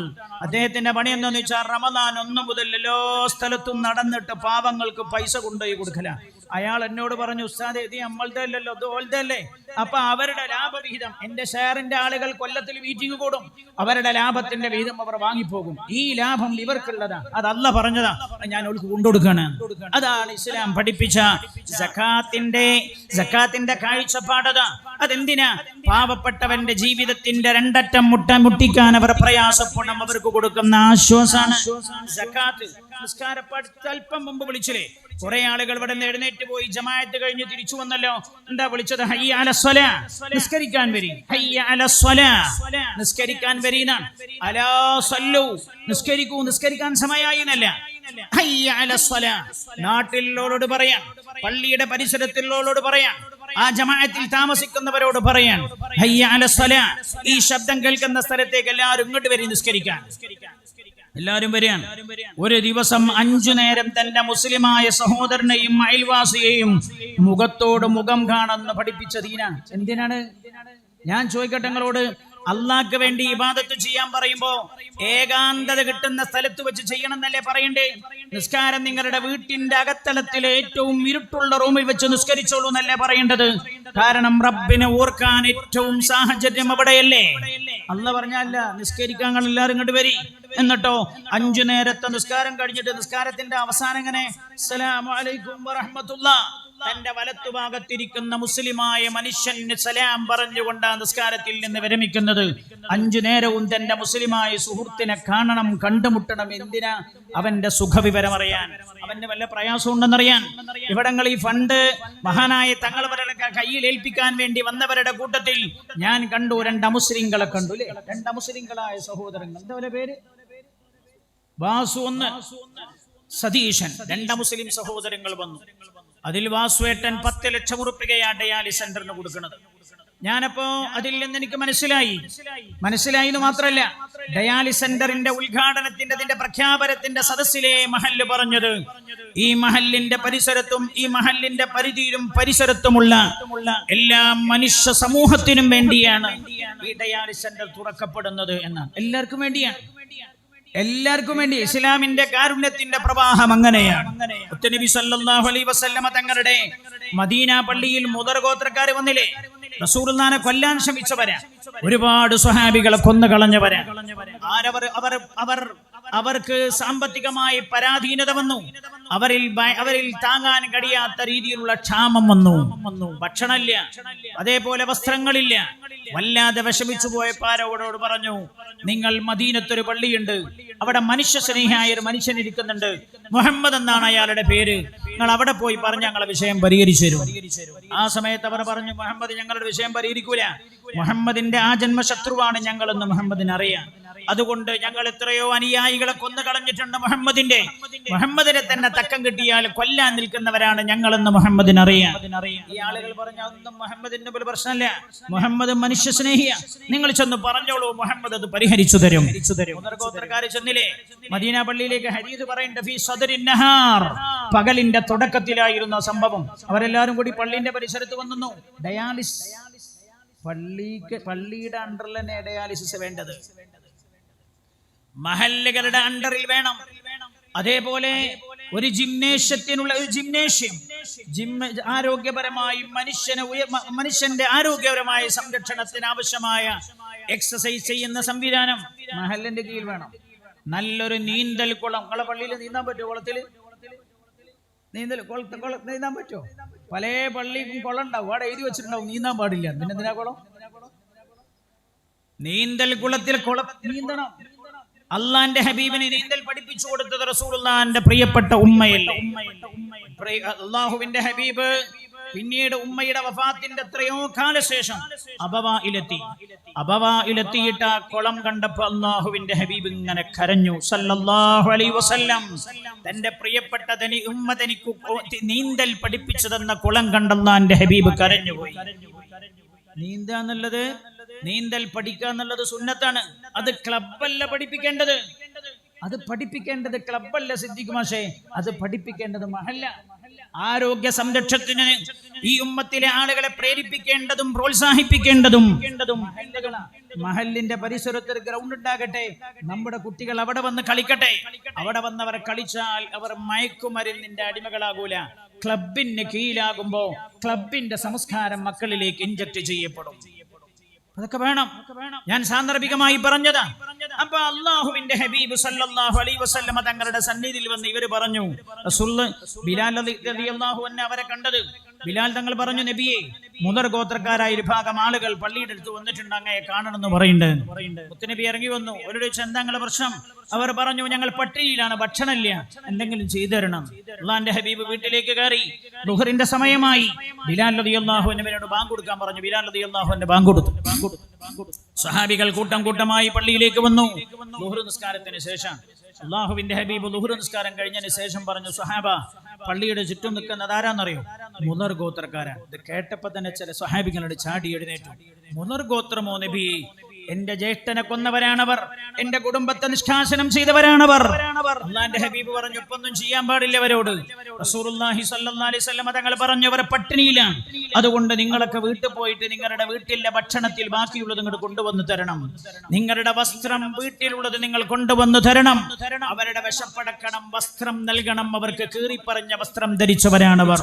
ഈ സംഭവം റിപ്പോർട്ട് ചെയ്യുന്ന ഹദീസ് സ്വഹാബി പറയാൻ, 1 മണിക്കൂർ കഴിയുമ്പോൾ ഞാൻ കാണുന്നത് മദീന പള്ളിയിൽ ഒരു ഭാഗത്ത് ഭക്ഷണത്തിന്റെ ഒരു മല, മറുഭാഗത്ത് വസ്ത്രത്തിന്റെ ഒരു മല. അള്ളാന്റെ ഹബീബ് ഇത് എടുത്തു കൊടുത്തിട്ട് അവരോട് പറഞ്ഞു, നിങ്ങൾ ഇതുമായി പോയിക്കോളൂ, നിങ്ങളുടെ പട്ടിണി ദൈവം അള്ളാഹു മാറ്റിത്തരട്ടെ എന്ന് ആശംസിച്ചു പറഞ്ഞയച്ചതാണ്. ഞാൻ പറഞ്ഞ കാരുണ്യത്തെ പ്രവർത്തനത്തിന് മുമ്പിൽ നമുക്ക് വേറെ രീതിയിലുള്ള കാഴ്ചപ്പാടുകളൊന്നുമില്ല. എല്ലാ മനുഷ്യർക്കും വേണ്ടിയാണ് ഇത് തുറക്കപ്പെടുന്നത്. അൽഹംദുലില്ലാഹ്, ആ സന്ദേശം ഈ പ്രദേശത്തിന് മനസ്സിലായിട്ടുണ്ടെന്നാണ് എനിക്ക് മനസ്സിലായത്. അതുകൊണ്ടാണ് നിങ്ങൾ പറഞ്ഞ വാസുവേട്ടൻ ഇവിടെ വന്നിട്ട് 10 ലക്ഷം ഞാൻ തരാന്ന് പറഞ്ഞത്. അതുകൊണ്ടാണ് നിങ്ങൾ പറഞ്ഞ ബിസിനസ്സുകാരൻ സതീശൻ, അദ്ദേഹം സംഭാവനയുമായി സ്റ്റേജിലേക്ക് കയറി വന്നത്. ഇത് മനുഷ്യത്വത്തിന്റെ കാഴ്ചപ്പാടിനെ, മനുഷ്യ സമൂഹത്തെ ഉണർത്താൻ പറ്റാവുന്ന രീതിയിലാവണം. നിങ്ങൾ ആലോചിച്ച് നോക്ക്, ഈ ഇന്ത്യ രാജ്യത്തല്ലേ പ്രധാനപ്പെട്ട ഇന്ത്യ ഭരിക്കുന്ന ഒരു പാർട്ടിയുടെ ആള് ചോദിച്ചത്, ഒരു വ്യത്യസ്ത മതത്തിൽപ്പെട്ട ആൾക്കാരെങ്ങനെ ഒരു വീട്ടിൽ താമസിച്ച് വോട്ട് ചെയ്യാണ്? എന്താ അതിന്റെ അർത്ഥം? വ്യത്യസ്ത മതത്തിൽപ്പെട്ട ആളുകൾ എങ്ങനെ ഒരു വീട്ടിൽ താമസിച്ച് വോട്ട് ചെയ്യുന്നത്? അതുകൊണ്ട് രാഹുൽ ഗാന്ധിക്കും കള്ള വോട്ടുണ്ടായിട്ടില്ലേ? വയനാട്ടിലെ നാടിന്റെ പേരാണെന്ന് പരിശോധിക്കാൻ അയാൾ മറന്നുപോയി എന്ന് പത്രക്കാരൻ മുഴുവൻ വിളിച്ചു പറഞ്ഞപ്പോഴാണ് വീട്ടുപേരല്ലത് നാട്ടിന്റെ പേരാണ് എന്ന് തിരിച്ചറിഞ്ഞത്. ഞാൻ പറഞ്ഞ എന്താ അറിയോ? അവിടെ ഒരു വീട്ടിലെങ്ങനെ വ്യത്യസ്ത മതത്തെ താമസിക്കും എന്ന് ചോദിച്ചിട്ട് മനുഷ്യനെ മതത്തിന്റെ പേരിൽ വൈരികളാക്കി മാറ്റാൻ ശ്രമിക്കുന്ന കാലഘട്ടത്തിലാണ് മനുഷ്യത്വത്തെ വിളിച്ചോതുന്ന പ്രവർത്തനങ്ങൾ, ഇത്തരം മഹല്ലിന്റെ പ്രവർത്തനങ്ങളുടെ മുൻനിരയിൽ ഉണ്ടാകേണ്ടത് എന്ന കാര്യം ഞാൻ സാന്ദർഭികമായി ഓർമ്മപ്പെടുത്താണ്. അപ്പൊ ഇൻഷാ അല്ലാഹ് ഞാൻ അവസാനിപ്പിക്കുന്നു. എല്ലാവരോടും ഞാൻ ഓർമ്മപ്പെടുത്താൻ, ഞാൻ അടക്കമുള്ള ഇൻഷാ അല്ലാഹ് ഇതിന്റെ പ്രവൃത്തി 10 മാസം കൊണ്ട് പൂർത്തിയാക്കണം എന്നാണ് ഇതിന്റെ ഭാരവാഹികൾ ആഗ്രഹിക്കുന്നത്. പ്രിയപ്പെട്ട നമ്മുടെ ആബിദ് സാഹിബ്, നമ്മുടെ സൈനുൽ ആബിദീൻ സാഹിബ് അവിടെ നിന്ന് പറഞ്ഞു, അല്പം താമസിച്ചു പോയത് ഇതിന്റെ ഭൂമി തരം മാറ്റുന്നതുമായി ബന്ധപ്പെട്ട രേഖകൾ കിട്ടാനുള്ള താമസം വന്നതാണ്. ഇതിന്റെ പണി തുടങ്ങുകയാണ്. സയ്യിദ് മുനവ്വർ അലി ശിഹാബ് തങ്ങൾ പറഞ്ഞു, കാലാവസ്ഥ ഇങ്ങനെയായതുകൊണ്ട് ആ ഭൂമിയിൽ പോയി നമ്മൾ പ്രവൃത്തി ഉദ്ഘാടനം ചെയ്യുന്നില്ല, നമ്മൾ ഇവിടെ വെച്ചതിന്റെ പ്രവൃത്തി ഉദ്ഘാടനം ചെയ്തതായി അറിയിക്കുന്നു എന്ന് മഹാനായ തങ്ങൾ വർകൾ പറഞ്ഞില്ലേ. അതോടുകൂടെ പ്രവർത്തനം ആരംഭിച്ചിരിക്കുകയാണ്. ഒരു ചെറിയ പേപ്പർ വർക്കുകൾ കൂടെ തീർന്നാൽ ഉടനടി നമ്മുടെ പ്രവർത്തനം, നമ്മുടെ പണി ഇൻഷാ അല്ലാഹ് ആരംഭിക്കുകയും 10 മാസം കൊണ്ട് അത് തീർക്കുകയും ചെയ്തു. പ്രിയപ്പെട്ട സൈനുൽ ആബിദീൻ സാഹിബ് നമ്മുടെ നാടിന്റെ ഒരു അഭിമാനം. ഞാന് ഇവിടെ ഇങ്ങനെ ഇരുന്നിട്ട് എൻ്റെ തൊട്ടടുത്തുള്ള ആളോട് ചോദിച്ചു, ആബിദ് ഈ മഹല്ലുകാരനാണോ എന്ന് ചോദിച്ചു. അപ്പം എന്നോട് ഞാൻ മഹല്ലുകാരനല്ല, മൂപ്പർക്ക് ഈ മഹല്ലുമായിട്ട് ബന്ധം എന്താന്ന് ചോദിച്ചു. അപ്പം എന്നോട് ഇവിടുന്ന് 2-3 കിലോമീറ്റർ അപ്പുറത്ത് മത്തിപ്പറമ്പിലാ മൂപ്പരെ. അങ്ങനല്ലേ, എത്ര കിലോമീറ്റർ ദൂരം ഉണ്ടാവും? ഒരു 3.5 കിലോമീറ്റർ ദൂരം ഉണ്ടാവും. മത്തിപ്പറമ്പിലാണ് മൂപ്പരുടെ വീട്. അപ്പൊ ഞാൻ ചോദിച്ചു, ഈ നാടുമായിട്ട് എന്താ ബന്ധം?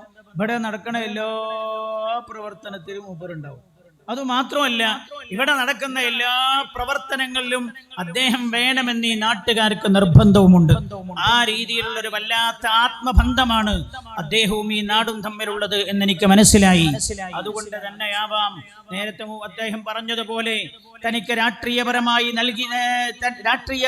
തനിക്ക് നൽകപ്പെട്ട ഒരു അംഗീകാരം എന്ന നിലക്ക് പാർട്ടിയുടെ ദേശീയ തലത്തിലെ ഔദ്യോഗികമായ ഒരു പദവിയിലേക്ക് തെരഞ്ഞെടുക്കപ്പെട്ടതിന് ശേഷം ഞാൻ ആദ്യമായി ഇന്ത്യയിൽ നാട്ടിൽ വന്ന് പങ്കെടുക്കുന്ന പരിപാടിയാണ് ഈ പരിപാടി എന്ന് അദ്ദേഹം പറഞ്ഞല്ലോ.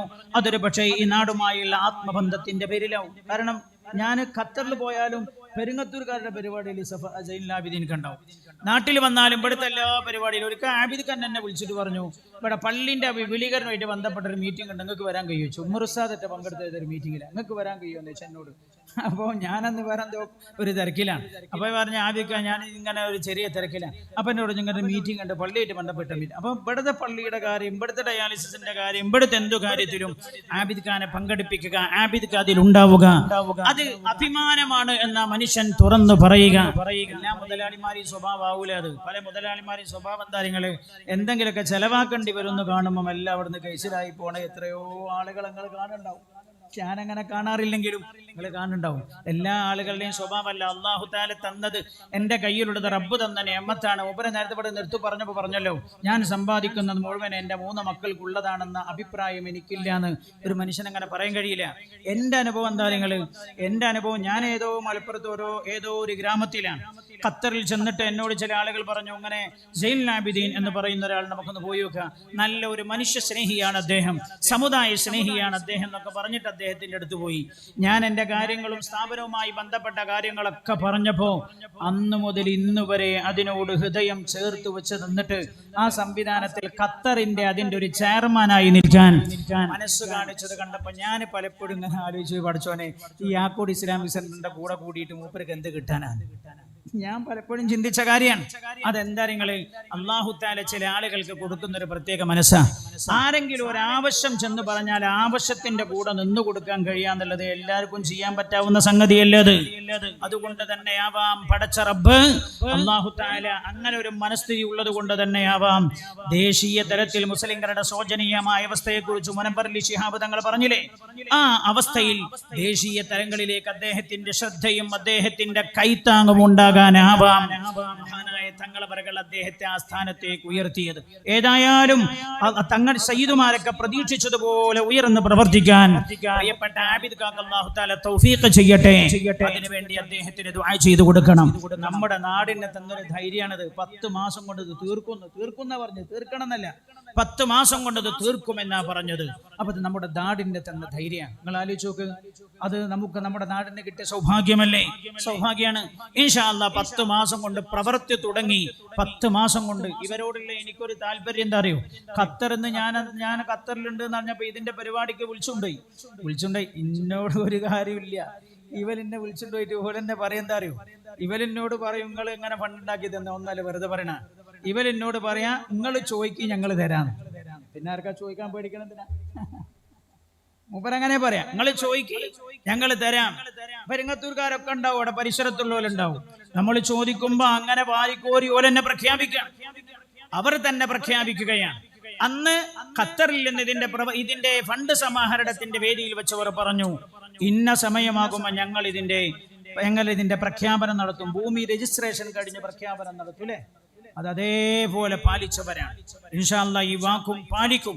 1 കോടി ഉറുപ്പിക കൂടെ നമുക്ക് സമാഹരിക്കേണ്ടതുണ്ട് ഇൻഷാ അല്ലാഹ്. അതിന് പറ്റാവുന്ന ബന്ധപ്പെട്ട ആളുകളെ, ഇതൊരു ചാൻസ് ആണ്, നമ്മൾ മനസ്സിലാക്കേണ്ടതാണ്. നമ്മളാരും കൊടുത്തിട്ടില്ലെങ്കിൽ ഇതാണ് നടക്കും. എന്താ നിങ്ങള് അപ്പൊ അല്ലാഹു ഏതെങ്കിലും വാസുവേട്ടനെ അല്ലെങ്കിൽ പറഞ്ഞ സതീഷേട്ടനെയൊക്കെ ഇതേപോലെ കുറെ ആൾക്കാർ അല്ലാഹു കൊണ്ടുവരും. കുറെ ഇബ്രാഹിം ഹാജി വരും, കുറെ മൂസ ഹാജി വരും, കുറെ മഹ്മൂദ് ഹാജി വരും. അങ്ങനൊക്കെ ആൾക്കാർ വന്നിട്ട് ഓലോട് സഹായിക്കും. നമ്മൾ ഔട്ടായി പോകും. ചെറുതും വലുതുമായ എല്ലാ സഹായങ്ങൾക്കും വേണ്ടി ഓപ്പൺ ആക്കി വെച്ചിരിക്കുകയാണ് 1 കോടി ഉറുപ്പിക. അതിൽ ചെറുത് കൊടുക്കാം. 1 റുപ്യ ഒരാൾക്ക് കൊടുക്കാൻ ബോധിന്റെ അതേ അയാളുടെ കയ്യിലുള്ളൂ. 1 റുപ്യ അയാൾക്ക് കൊടുക്കാൻ കഴിയുള്ളൂ. അയാൾക്ക് അത് കൊണ്ടുപോയി കൊടുക്കാം. കൊടുത്തൂടെ? അത് സ്വീകരിക്കൂലേ? 1 റുപ്യ എന്നാ വേണ്ടത്? അതിന്റെ റെസീറ്റും കൊടുക്കൂലേ? അതിന്റെ റെസീറ്റും കൂടെ കൊടുക്കൂലേ?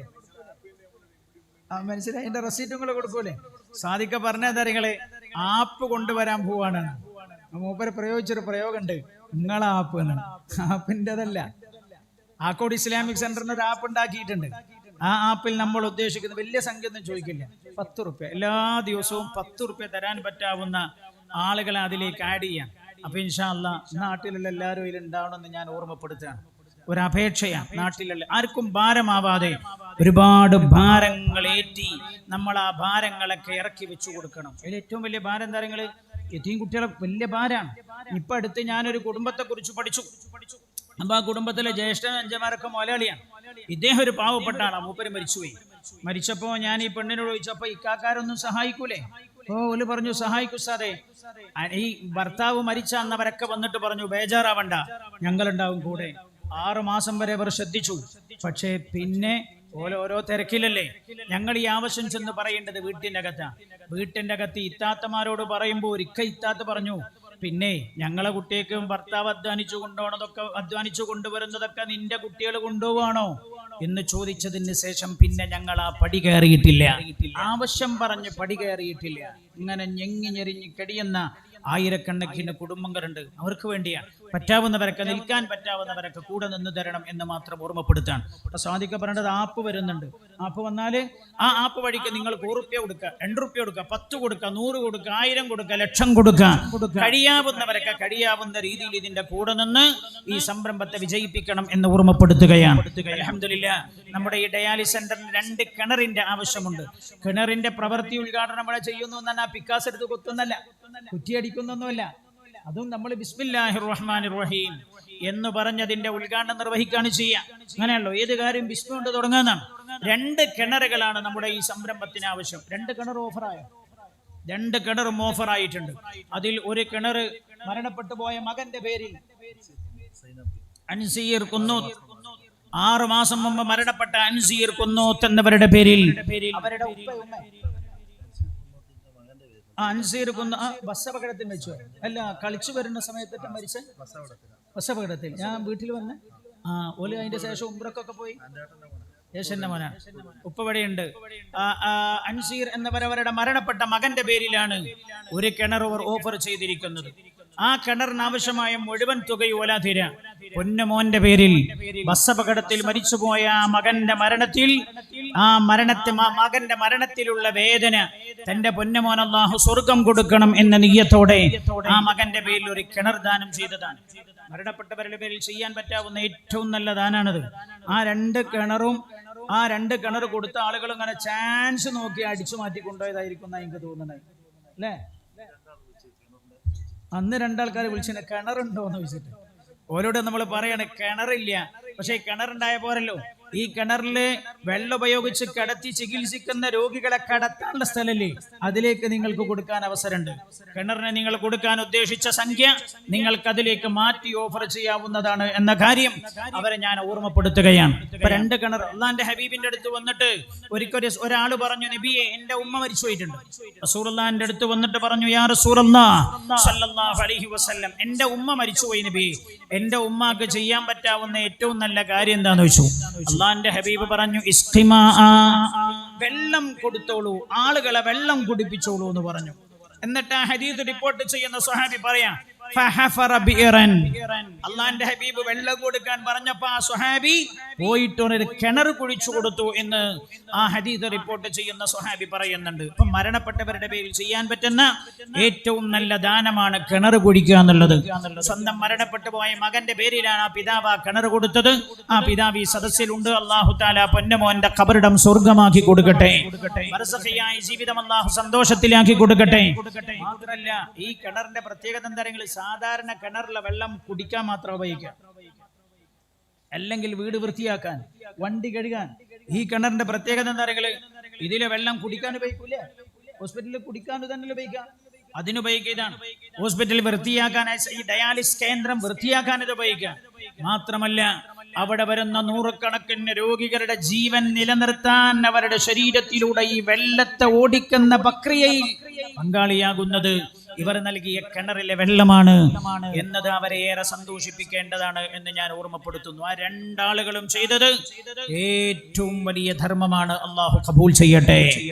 നൂറുകണക്കിന് മനുഷ്യരുടെ ജീവൻ നിലനിർത്താൻ വേണ്ടിയായിരിക്കും ആ വെള്ളം ഉപയോഗപ്പെടുത്തുന്നത്. വലിയ സൗഭാഗ്യമാണ്. അൽഹംദുലില്ലാ, അവർക്കൊക്കെ വേണ്ടി ദുആ ചെയ്തു കൊടുക്കണം. ഒരു ദുആയോട് കൂടെ ഇൻഷാ അല്ലാഹ് നമ്മൾ പിരിയാണ്. മഴയാണ് സാധാരണ നമ്മൾ പ്രതികൂല കാലാവസ്ഥ അറിയാം. സത്യത്തില് കാലാവസ്ഥ നമ്മളെ കുറിച്ചാ പറയേണ്ടത്. ഇവര് എനിക്കെതിരാണെന്ന്. കാരണം മഴക്കാലത്ത് മഴ പെയ്യണ്ടേ? മഴക്കാലത്ത് മഴ പെയ്യും.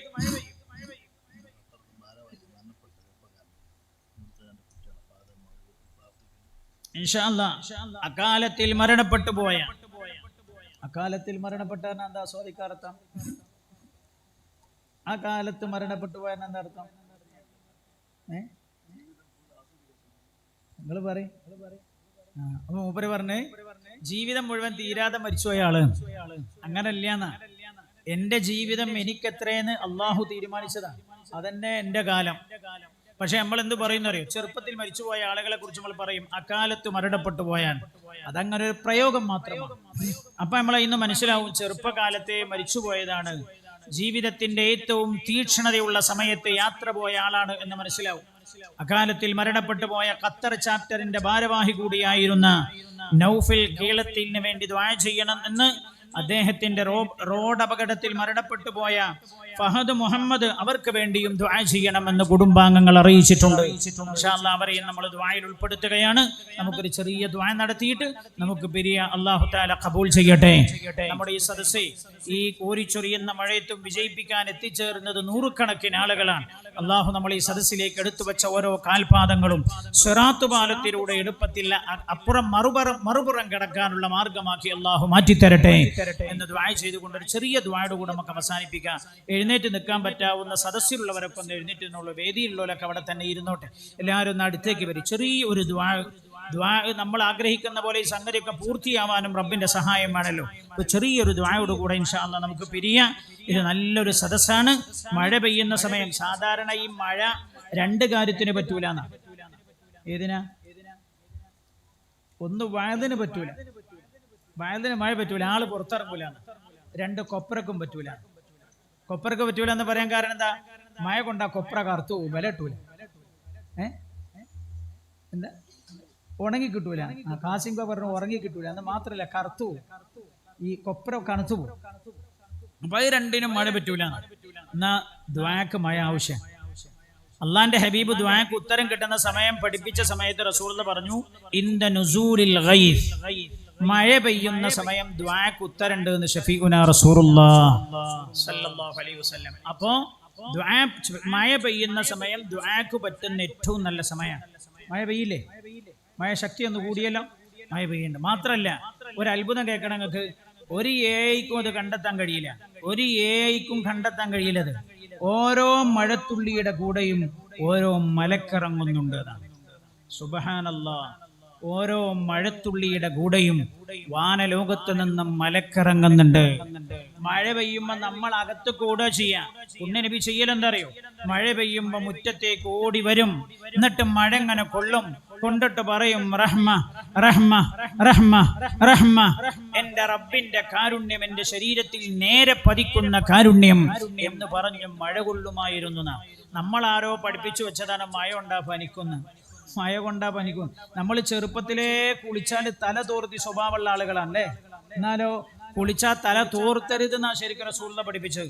പ്രകൃതി ചികിത്സയുടെ ഭാഗമാണത്. പ്രകൃതി ചികിത്സയിൽ തോർത്താൻ സമ്മതിക്കൂലോ, കുളിച്ചാൽ തോർത്താൻ പാടില്ല. ശരീരത്തിൽ ആ വെള്ളം അങ്ങനെ തന്നെ വറ്റിപ്പോകണം. പ്രതിരോധ ശക്തി ഉണ്ടാക്കുന്ന, നിങ്ങൾ തീരെ ഇനി നാളെ തന്നെ കുളിക്കാതെ മറ്റന്നാൾ ജലദോഷമായി നിങ്ങൾ ആക്കോട്ടേക്ക് വരരുതേ. അത് ശീലിച്ച് ധൈര്യത്തിൽ നിങ്ങളത് പ്രക്രിയ തുടങ്ങി അത് നിങ്ങൾ ഏറ്റെടുത്താൽ നിങ്ങളും കുളിച്ചാൽ തോർത്തേണ്ടി വരൂല. പിന്നെ നിങ്ങൾ ഏതും മഞ്ഞിൽ നടന്നാലും നിങ്ങളെ ജലദോഷം പിടിപെടൂല. അതൊക്കെ വലിയ അത്ഭുതമാണ്. ആ അള്ളാന്റെ ഹബീബ് പറഞ്ഞു സല്ലല്ലാഹു അലൈഹി വസല്ലം, റസൂലുള്ളാഹിന്റെ സുന്നത്താ കുളിച്ചു കഴിഞ്ഞാൽ തോർത്താതിരിക്കുക എന്നുള്ളത്. നബി മഴ കൊള്ളുമായിരുന്നു. അപ്പൊ ഇൻഷാ അല്ലാഹ് നമുക്കൊന്ന് ദുആ ചെയ്യാം. എല്ലാവരും ഒരു 3 സ്വലാത്ത് ചൊല്ലി. പിന്നെ ഒരു കാര്യം നിങ്ങളൊക്കെ ഓർമ്മപ്പെടുത്താനുള്ളത്, 1 കോടി സമാഹരിക്കുന്നതിൽ ഇൻഷാ അല്ലാഹ് ഇതിന്റെ പ്രവർത്തകർ മുന്നിട്ടിറങ്ങുമ്പോൾ അതിൽ നിങ്ങളുടെ എല്ലാവരുടെയും മകമഴിഞ്ഞ പിന്തുണ ഉണ്ടാകണം. ചെറുതു മുതൽ വലുത് വരെയുള്ള എല്ലാ സംഭാവനകളും അതിലുണ്ടാവണം. ഇതുവരെ ഉള്ളത് 10 ലക്ഷം, 5 ലക്ഷം, 2 ലക്ഷം, 1 ലക്ഷം അങ്ങനെയൊക്കെ അല്ലേ, അങ്ങനെയല്ല. ഇനിയുള്ള ഈ 1 കോടി നമ്മളിങ്ങനെ ഓപ്പൺ ആക്കി വെച്ചാൽ അത് എല്ലാവർക്കും അതിൽ പങ്കെടുക്കാം. അതിലൊരു ഗുണം തരങ്ങള്, ഈ ഡയാലിസ് ചെയ്യുന്ന ആളുകൾ എല്ലാവരും ഒരേപോലെ ആവില്ല. 100 ആള് വന്നാൽ ഈ മഹ്മൂദ് ഖാൻ ഇവിടെ മരിച്ചു കിടക്കേണ്ട ഈ ഖബർസ്ഥാനിൽ എന്റെ പ്രിയപ്പെട്ട മേക്കൂന്നല മഹ്മൂദ് ഖാൻ അദ്ദേഹം പറയാൻ, ഞാൻ ഡയാലിസ് 10-15 കൊല്ലത്തോളം ഡയാലിസ് ചെയ്ത ആളാ. അസ്കാർ മൂസഹാജിയുടെ ജ്യേഷ്ഠനാണ് അദ്ദേഹം. എന്നോട് പറയുന്നു, പല കാര്യങ്ങളും പറയുന്ന കൂട്ടത്തിൽ പറയും, ഡയാലിസിന് പോയാൽ 3 മണിക്കൂർ കിടക്കണം. ആ 3 മണിക്കൂർ കിടക്കുമ്പോഴും ഞാൻ ദിക്ർ ചൊല്ലി കിടക്കല, അല്ലെങ്കിൽ ഞാൻ ഏതെങ്കിലും നല്ല പുസ്തകം വായിക്കും. അദ്ദേഹം പറയാറുണ്ട്, ഞാൻ ദിക്ർ ചൊല്ലിയിട്ട് ഇങ്ങനെ കിടക്കലാണ്. വിളക്കോട്ടൂരിലുണ്ട് ഒരു ഡയാലിസ് ചെയ്യുന്ന രോഗിയുണ്ട്, ഞാനുമായി അടുത്ത ബന്ധമുള്ള ആൾ പേര് ഞാൻ പറയുന്നില്ല. അദ്ദേഹം ഡയാലിസിന് പോയി കിടന്നാൽ അത് കഴിഞ്ഞ് തിരിച്ചു വരുന്നവരെ ദിക്ർ ചൊല്ലിയിട്ട് ഇങ്ങനെ കിടക്കല. നമ്മൾ ഈ ഉണ്ടാക്കുന്ന ഡയാലിസ് സെന്റർ എന്ന് പറയുന്നത് കേവലം ഡയാലിസിസ് മാത്രമല്ല, അവിടെ കിടക്കുന്നവരിൽ എത്രയോ ആളുകൾ ദിക്ർ ചൊല്ലി റബ്ബിനോട് ദുആ ചെയ്യുന്ന കൂട്ടത്തിൽ ദ്വാരക്കും. പഠിച്ചോനെ, ഈ രോഗം തന്നപ്പോ എനിക്കൊരു പേടിയുണ്ടായിരുന്നു റബ്ബേ, ചികിത്സിക്കാനുള്ള പണം എന്റെ കയ്യിലില്ലാന്ന്. അല്ലാഹുവേ, ഇത് പൊതുജന സമൂഹത്തിന്റെ സംവിധാനത്തോടെ പിന്തുണയോടെ ഉണ്ടാക്കിയ ഈ സംവിധാനത്തിന് സഹായിച്ചവരെ നീ സഹായിക്കണട്ടോ റബ്ബേ. ഈ ഡയാലിസ് മെഷീൻ സംഭാവന ചെയ്ത ആളാരാണോ പഠിച്ചോനെ, അയാൾക്ക് സ്വർഗം പകരം കൊടുക്കണട്ടോ എന്ന് നമ്മൾ അറിയാതെ നമുക്ക് വേണ്ടി ദുആ ചെയ്യാൻ ആളുകൾ ഉണ്ടാവും. ഈ ഡയാലിസ് സെന്ററിന്റെ നമ്മൾ നിർമ്മിക്കുന്ന ഈ സംവിധാനത്തിൽ നിന്ന് കിട്ടുന്ന ബാക്കിയായി കിട്ടുന്ന നന്മ ഇതാണ്. ആ ദുആ അല്ലാഹു തള്ളൂല. അഭാവത്തിലുള്ള ദുആക്ക് ഉത്തരമുള്ള ദുആയാണ്. അപ്പൊ ഇൻഷാ അല്ലാഹ് ഇതൊരു വലിയ സംഗതിയാണ്.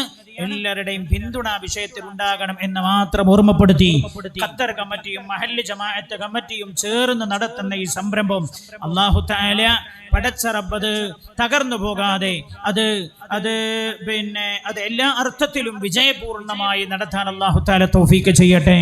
അതിൽ പോയി കിടക്കേണ്ട ഒരവസ്ഥ നമുക്ക് ആർക്കും അല്ലാഹു നൽകാതിരിക്കട്ടെ. അല്ലാഹു തആല ഈ നാട്ടിൽ ഒരാളെയും പടച്ച റബ്ബ് കിഡ്നി രോഗിയാക്കാതിരിക്കട്ടെ. അപ്പൊ ഈ നാട്ടിൽ ആരും കിഡ്നി രോഗിയായിട്ടില്ല, പിന്നെന്തിനാ അതുണ്ടാക്കണേ? അപ്പൊ അടുത്ത നാട്ടുകാർക്ക് ആവശ്യമുള്ളവർക്കൊക്കെ വന്ന് ഉപയോഗപ്പെടുത്താൻ. അപ്പൊ അതിനു വേണ്ടി നമ്മൾ ദുആ ചെയ്യണം. പ്രാർത്ഥന നമ്മുടെ ഭാഗത്തുണ്ടാവണം. ഒരു മരുന്ന് ഞങ്ങൾക്ക് പഠിപ്പിച്ചുതരാം. 99 രോഗങ്ങൾക്കുള്ള മരുന്ന്. എത്ര രോഗം? 950 രോഗങ്ങൾക്കുള്ളൊരു മരുന്ന്. ഞാൻ ഒരിക്കലും സാഹസിൽ ഇത് പറഞ്ഞപ്പോൾ ഒരാൾ എന്നോട് ചോദിച്ചു, ഉസ്താദേ ഞങ്ങളെ ബസ് സ്റ്റാൻഡിലുള്ള ഒരുത്തന്നെ മരുന്ന് പോലെയാണെന്ന് ചോദിച്ചു. എന്താന്ന് വെച്ചാൽ, അപ്പോൾ ഈ വായു ഗുളികല്ലേ, ബസ് സ്റ്റാൻഡിൽ ഒരുത്തന്നെ ഇങ്ങനെ മരുന്ന് വെക്കും, ബസ്സിൽ കയറിയിട്ട് വായു ഗുളിക ഉണ്ടാവും. അപ്പോൾ ഇങ്ങനെ തുടങ്ങും, പല്ല് വേദന, പനി, ഛർദി, ഇങ്ങനെ അങ്ങോട്ട് തുടങ്ങിയിട്ട് ക്യാൻസർ മുതൽ ഒരു 125 രോഗങ്ങൾ പറഞ്ഞിട്ട് പറയും എല്ലാത്തിനും ശമനമാണ് ഈ വായു ഗുളിക.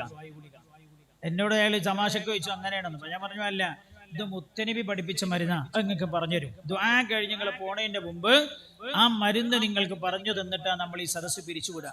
950 രോഗങ്ങൾക്ക് മരുന്നാണ്, ശിഫയാണ് എന്ന് റസൂലുള്ളാഹി പറഞ്ഞിട്ടുണ്ട്.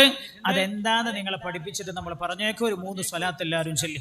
സ്വല്ലല്ലാഹു അലാ മുഹമ്മദ് സ്വല്ലല്ലാഹു അലൈഹി വസല്ലം സ്വല്ലല്ലാഹു അലാ മുഹമ്മദ് സ്വല്ലല്ലാഹു അലൈഹി വസല്ലം അല്ലാഹുമ്മ സ്വല്ലി അലാ മുഹമ്മദ് യാ റബ്ബി സ്വല്ലി അലൈഹി വസല്ലം. ഞങ്ങളൊക്കെ മനസ്സിൽ പല ഉദ്ദേശം ഉണ്ടാവും. കാരണം ഇവിടെ ദുആ ചെയ്യാനൊരു കൗണ്ടറൊന്നും വെച്ചിട്ടില്ലാത്തതുകൊണ്ട് ആരും ചെന്ന് പറഞ്ഞിട്ടുണ്ടാവില്ല. ആ ഉദ്ദേശങ്ങൾക്ക് മനസ്സിൽ വെച്ചിട്ട് നന്നായി ആമീൻ പറഞ്ഞോളൂ. അള്ളാഹു നമ്മളെ എല്ലാ ബലാ മുസീബത്തുകളിൽ നിന്നും രക്ഷപ്പെടുത്തട്ടെ. മരിക്കാതിരിക്കാൻ എന്തായാലും കഴിയില്ല. കാരണം ജീവിതം അള്ളാഹു തന്നവർക്കൊക്കെ മരണം അള്ളാഹു നിശ്ചയിച്ചതാണ്. പക്ഷെ അതുവരെ ഇസ്സത്തോടെയുള്ള ജീവിതം അള്ളാഹു നമുക്കൊക്കെ പ്രദാനം ചെയ്യട്ടെ. റബ്ബ് നമ്മളെ വഷളാക്കാതിരിക്കട്ടെ. മക്കൾ മുഖേന അഭിമാനം പിച്ച് ചീന്തപ്പെടുന്ന ആളുകളുണ്ട്. ഒരാൾ എന്നോട് പറഞ്ഞു, ഉസ്താദേ, ഈ കാലം അത്രയും 10-30 കൊല്ലം എന്നെ മഹല്ലിന്റെ പ്രസിഡന്റായി തെരഞ്ഞെടുക്കപ്പെട്ടത് ഞാനായിരുന്നു. പക്ഷെ ഈ കഴിഞ്ഞ ജനറൽ ബോഡിയിൽ എന്നെ ആളുകൾ ആ സ്ഥാനത്ത് നിന്ന് പിടിച്ചിറക്കി. ഞാനല്ല അതിന്റെ കാരണം. എൻ്റെ മോന് മയക്കുമരുന്ന് ഉപയോഗിച്ചതാണ്. ഓല് പറഞ്ഞു, പ്രസിഡന്റിന് സ്വന്തം മോനെ നന്നാക്കാൻ പറ്റൂലെങ്കിൽ പിന്നെ മഹല്ലിന് എന്ത് ചെയ്യാൻ പറ്റുമെന്ന് പറഞ്ഞിട്ട് അയാൾ പറയാൻ, പ്രസിഡന്റ് സ്ഥാനം പോയതൊന്നും അല്ല പ്രശ്നം ഉസ്താദേ, എനിക്ക് അഭിമാനക്ഷതം സംഭവിച്ചു എന്നതാണ്. അയാൾ പറയാണ്, എൻ്റെ മകൻ മുഖേന പിന്നെ എനിക്ക് പുറത്തിറങ്ങാൻ കഴിയാതായി. ഇത്ര സംഭവങ്ങൾ. പഠിച്ചോനെ, ഇസ്സത്ത് നിലനിർത്തി തരണേ അല്ലാഹ്. ഇസ്സത്തിന് നീ കോട്ടം വരുത്തരുത് റബ്ബേ. അൽഹംദുലില്ലാഹി റബ്ബിൽ ആലമീൻ. ഹംദൻ യുവാഫി നിഅമഹു യുകാഫി മസീദ. അല്ലാഹുമ്മ സ്വല്ലി അലാ സയ്യിദിനാ മുഹമ്മദിൻ വഅലാ ആലി സയ്യിദിനാ വമൗലാനാ മുഹമ്മദ്. അല്ലാഹുവേ, പഠിച്ച റബ്ബേ, അല്ലാഹ് ഞങ്ങളുടെ ഈ സദസ്സ് ഞങ്ങളിൽ നിന്ന് നീ ഖബൂൽ ചെയ്യണേ റബ്ബേ. അല്ലാഹു ഈ സദസ്സ് ഇവിടെ ഈ നിന്ന ആളുകളൊക്കെ നിന്നത് അല്ലാഹുവേ ദ്വാണ്ട് എന്ന് കേട്ടിട്ട് ഇരുന്നതാ. എൻ്റെ വയല് കേൾക്കാൻ ഇരുന്നതല്ല. എൻ്റെ വയൽ എത്രയോ കേട്ട നാടാണിത്. മാത്രമല്ല, എൻ്റെ വയൽ അങ്ങനെ ആളുകളെ പിടിച്ചിർത്താൻ പറ്റാവുന്ന വയലൊന്നുമല്ല. നമുക്കൊന്ന് ദ്വാരന്ന് പിരിയാന്ന് പറഞ്ഞപ്പോ ഇരുന്നതാണ് റബ്ബേ ഈ സദസ്സിൽ. അല്ലാഹുവേ, അതുകൊണ്ട് ഈ സദസ്സിനെ നീ ഏറ്റെടുക്കണമല്ലാ. അല്ലാഹുവേ, ഏറ്റെടുക്കണേ റബ്ബേ. ഞങ്ങളുടെ ദുആക്ക് നീ ഉത്തരം തരണമല്ലാ. അല്ലാഹുവേ, ഞങ്ങൾ ഇവിടെ വെച്ച് ചൊല്ലിയ സ്വലാത്ത് നീ സ്വീകരിക്കണേ റബ്ബേ. അൽഹംദുലില്ലാ, നിന്നെ സ്തുതിച്ചത് നീ ഖബൂലാക്കണേ റബ്ബേ. അർഹമുർ റഹീമീനായ അല്ലാഹുവേ, ഞങ്ങളുടെ ദോഷങ്ങളൊക്കെ നീ പൊറുത്തു തരണമല്ലാ. റബ്ബേ, ഇത്രയും കാലം ഞങ്ങളുടെ ജീവിതത്തിൽ എന്തൊക്കെ ദോഷങ്ങൾ വന്നിട്ടുണ്ടോ മുഴുവനും നീ പൊറുത്തു തരണേ അല്ലാ. ഒരു ദോഷവും അല്ലാഹുവേ ഞങ്ങളുടെ ആഖിറം നഷ്ടപ്പെടാൻ കാരണമാക്കല്ല റബ്ബേ. അല്ലാഹുവേ, നീ തന്നെ പറഞ്ഞിട്ടുണ്ട്, നിങ്ങൾ ചെയ്തു പോയ ദോഷങ്ങളാണ് നിങ്ങൾ അനുഭവിക്കുന്ന പ്രയാസങ്ങളുടെ കാരണങ്ങളെന്ന്. അല്ലാഹുവേ, ഞങ്ങൾ ചെയ്തു പോയ ദോഷങ്ങളൊന്നും ഞങ്ങളുടെ ജീവിതത്തിലെ രോഗങ്ങളോ പ്രതിസന്ധികളോ പരീക്ഷണങ്ങളോ ആക്കി മാറ്റല്ല റബ്ബേ. എല്ലാം നീ പൊറുത്തു തരണേ അല്ലാ. പഠിച്ചോനെ, ഞങ്ങളുടെ മാതാപിതാക്കൾക്ക് പൊറുത്തു തരണേ റബ്ബേ. അല്ലാഹുവേ, ഞങ്ങളുടെ പള്ളിയോട് ചേർന്ന് കിടക്കുന്ന ഏക്കറക്കണക്കിന് ഖബർസ്ഥാനിൽ നൂറുകണക്കിന് കൊല്ലമായി ആളുകൾ പോയി കിടക്കുകയാണ്. അല്ലാഹുവേ, അവരുടെ ജീവിതത്തിന്റെ എത്രയോ ഇരട്ടി കൊല്ലായി ഖബറിൽ അങ്ങനെ കിടക്കുകയാണ്. അവിടുത്തെ അവസ്ഥ എന്താന്ന് നിനക്കല്ലാതെ ഒരാൾക്കും അറിയില്ലല്ലോ. ആരുടെയെങ്കിലും ഖബറിൽ അദാബുണ്ടെങ്കിൽ ഉയർത്തി കൊടുക്കണേ റബ്ബേ. പഠിച്ചോനെ, ഞങ്ങളെ സ്നേഹിച്ച റബ്ബേ, ഞങ്ങളെ സ്വന്തത്തെ പോലെ കണ്ട എത്രയോ ആളുകൾ ഈ ഖബർസ്ഥാനിൽ കിടക്കുന്നുണ്ട്. അവർക്കൊക്കെ നീ മഗ്ഫിറത്ത് കൊടുക്കണേ അല്ലാ. ഞങ്ങളുടെ പലരുടെ ഉമ്മമാർ ആരുടെ മണ്ണിലാണ് റബ്ബേ, അവർക്കും നീ പുറത്തു കൊടുക്കണേ അല്ലാ. പുറത്തു കൊടുക്കണേ റബ്ബേ. ബർസഖിയായ ജീവിതം സന്തോഷത്തിലാക്കി കൊടുക്കണമല്ലാ. അല്ലാഹുവേ, ഞങ്ങളിലുള്ള എല്ലാ രോഗവും നീ സുഖപ്പെടുത്തണമല്ലാ. ഷുഗർ ഉള്ളവരുണ്ട്, സുഖപ്പെടുത്തണേ റബ്ബേ. പ്രഷർ ഉള്ളവരുണ്ട്, സുഖപ്പെടുത്തണേ അല്ലാ. കൊളസ്ട്രോൾ ഉള്ളവരുണ്ട്, സുഖപ്പെടുത്തണേ റബ്ബേ. അല്ലാഹുവേ, ഞങ്ങളിലുള്ള ഒരു രോഗവും മാരകമാക്കരുത് അല്ലാ. റബ്ബന, സ്ട്രോക്ക് എന്ന് പറയുന്ന ഞങ്ങളെ വിരൂപികളാക്കി കളയുന്ന രോഗം തരല്ല അല്ലാ. മുഖമാകെ ഒരു ഭാഗത്തേക്ക് കൂടിപ്പോവുക, ശരീരത്തിൽ ഒരു ഭാഗത്ത് കൈ പറ്റിപ്പിടിച്ചു നിൽക്കുക.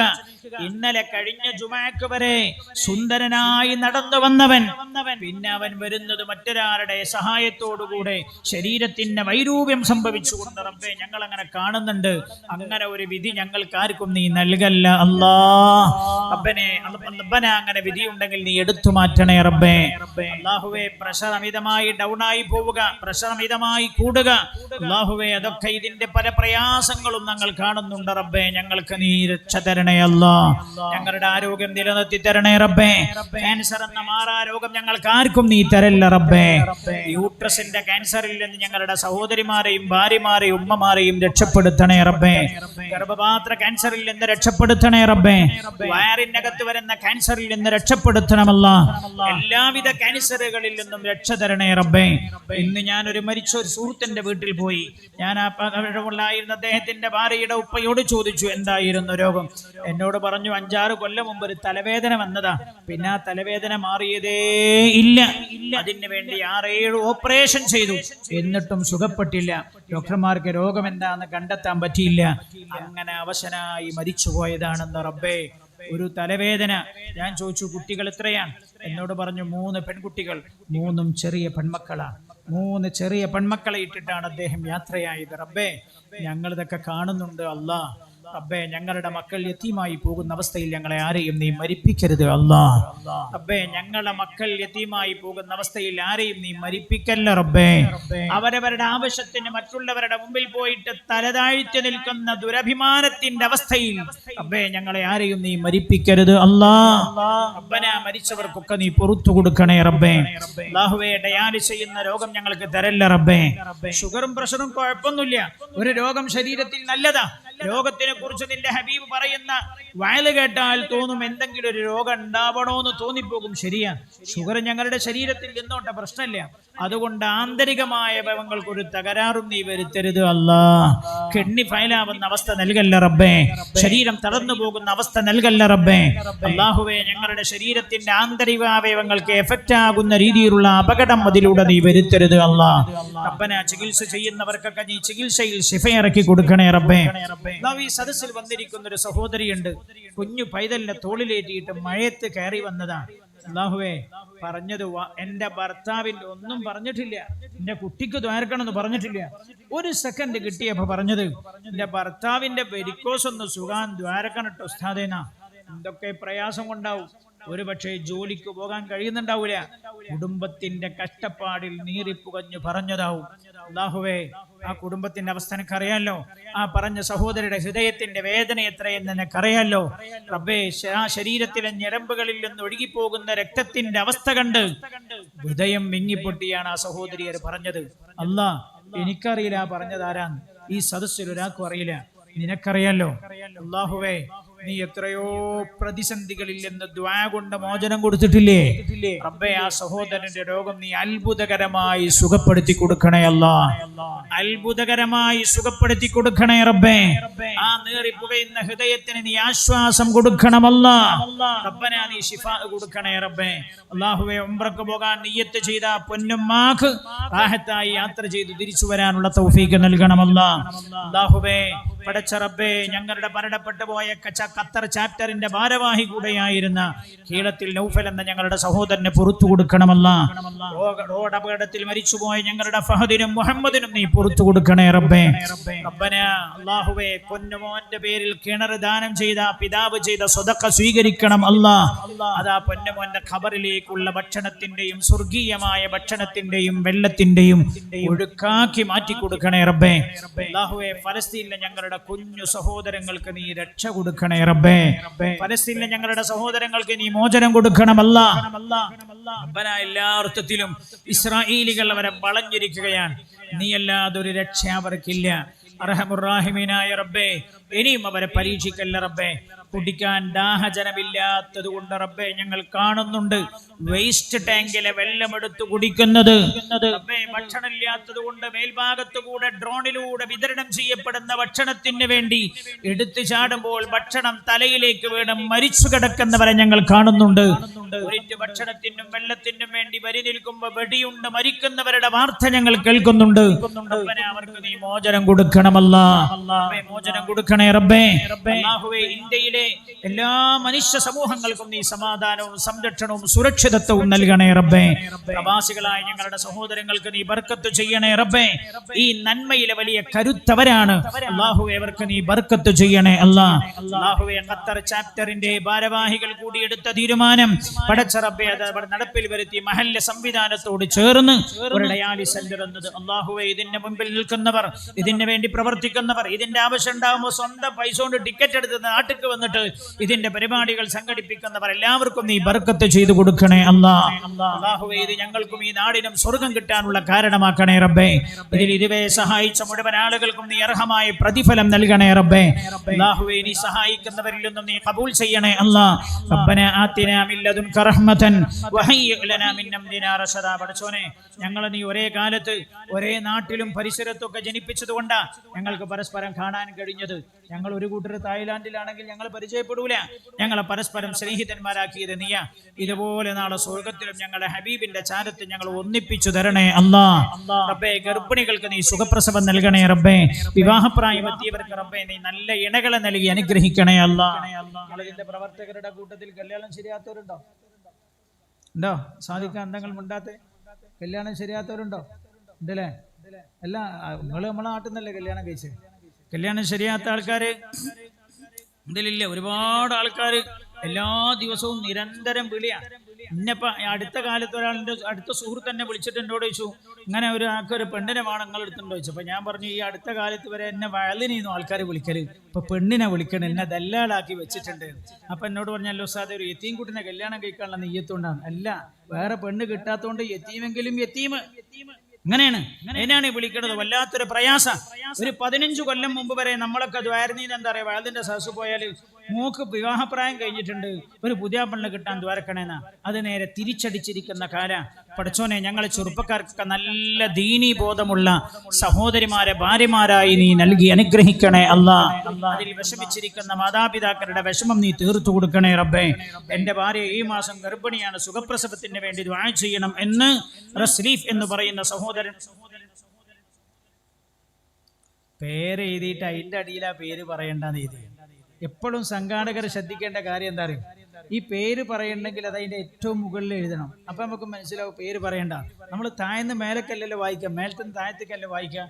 അതുകൊണ്ട് ഈ സഹോദരൻ പൊറുക്കണം എന്നോട് എന്ന് ഓർമ്മപ്പെടുത്താണ്. ഏതാളാണെന്ന് മനസ്സിലായിട്ടൊന്നും ഉണ്ടാവില്ലല്ലോ. എത്ര റസ്ലീഫുമാരുണ്ടാവും? ഒരാളുള്ളൂ. ആയിക്കോട്ടെ, റസ്ലീഫുങ്ങളൊക്കെ ഉറ്റ സുഹൃത്തല്ലേ? അപ്പൊ മനസ്സറിഞ്ഞ ആമീൻ കിട്ടൂലേ? ഇല്ലേ? അത് നല്ലതല്ലേ? നിങ്ങൾ മനസ്സറിഞ്ഞ ആമീൻ ചൊല്ലൂലേ? അല്ലാഹുവേ, ഞങ്ങളുടെ പ്രിയപ്പെട്ട റസ്ലീഫ് എന്ന സഹോദരന്റെ ഭാര്യക്ക് നീ സുഖപ്രസവം നൽകി അനുഗ്രഹിക്കണമല്ലാ.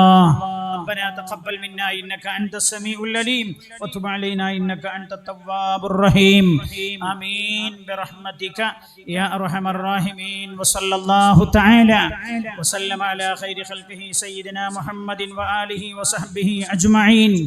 سبحان ربك رب العزة عما يصفون وسلام على المرسلين والحمد لله رب العالمين.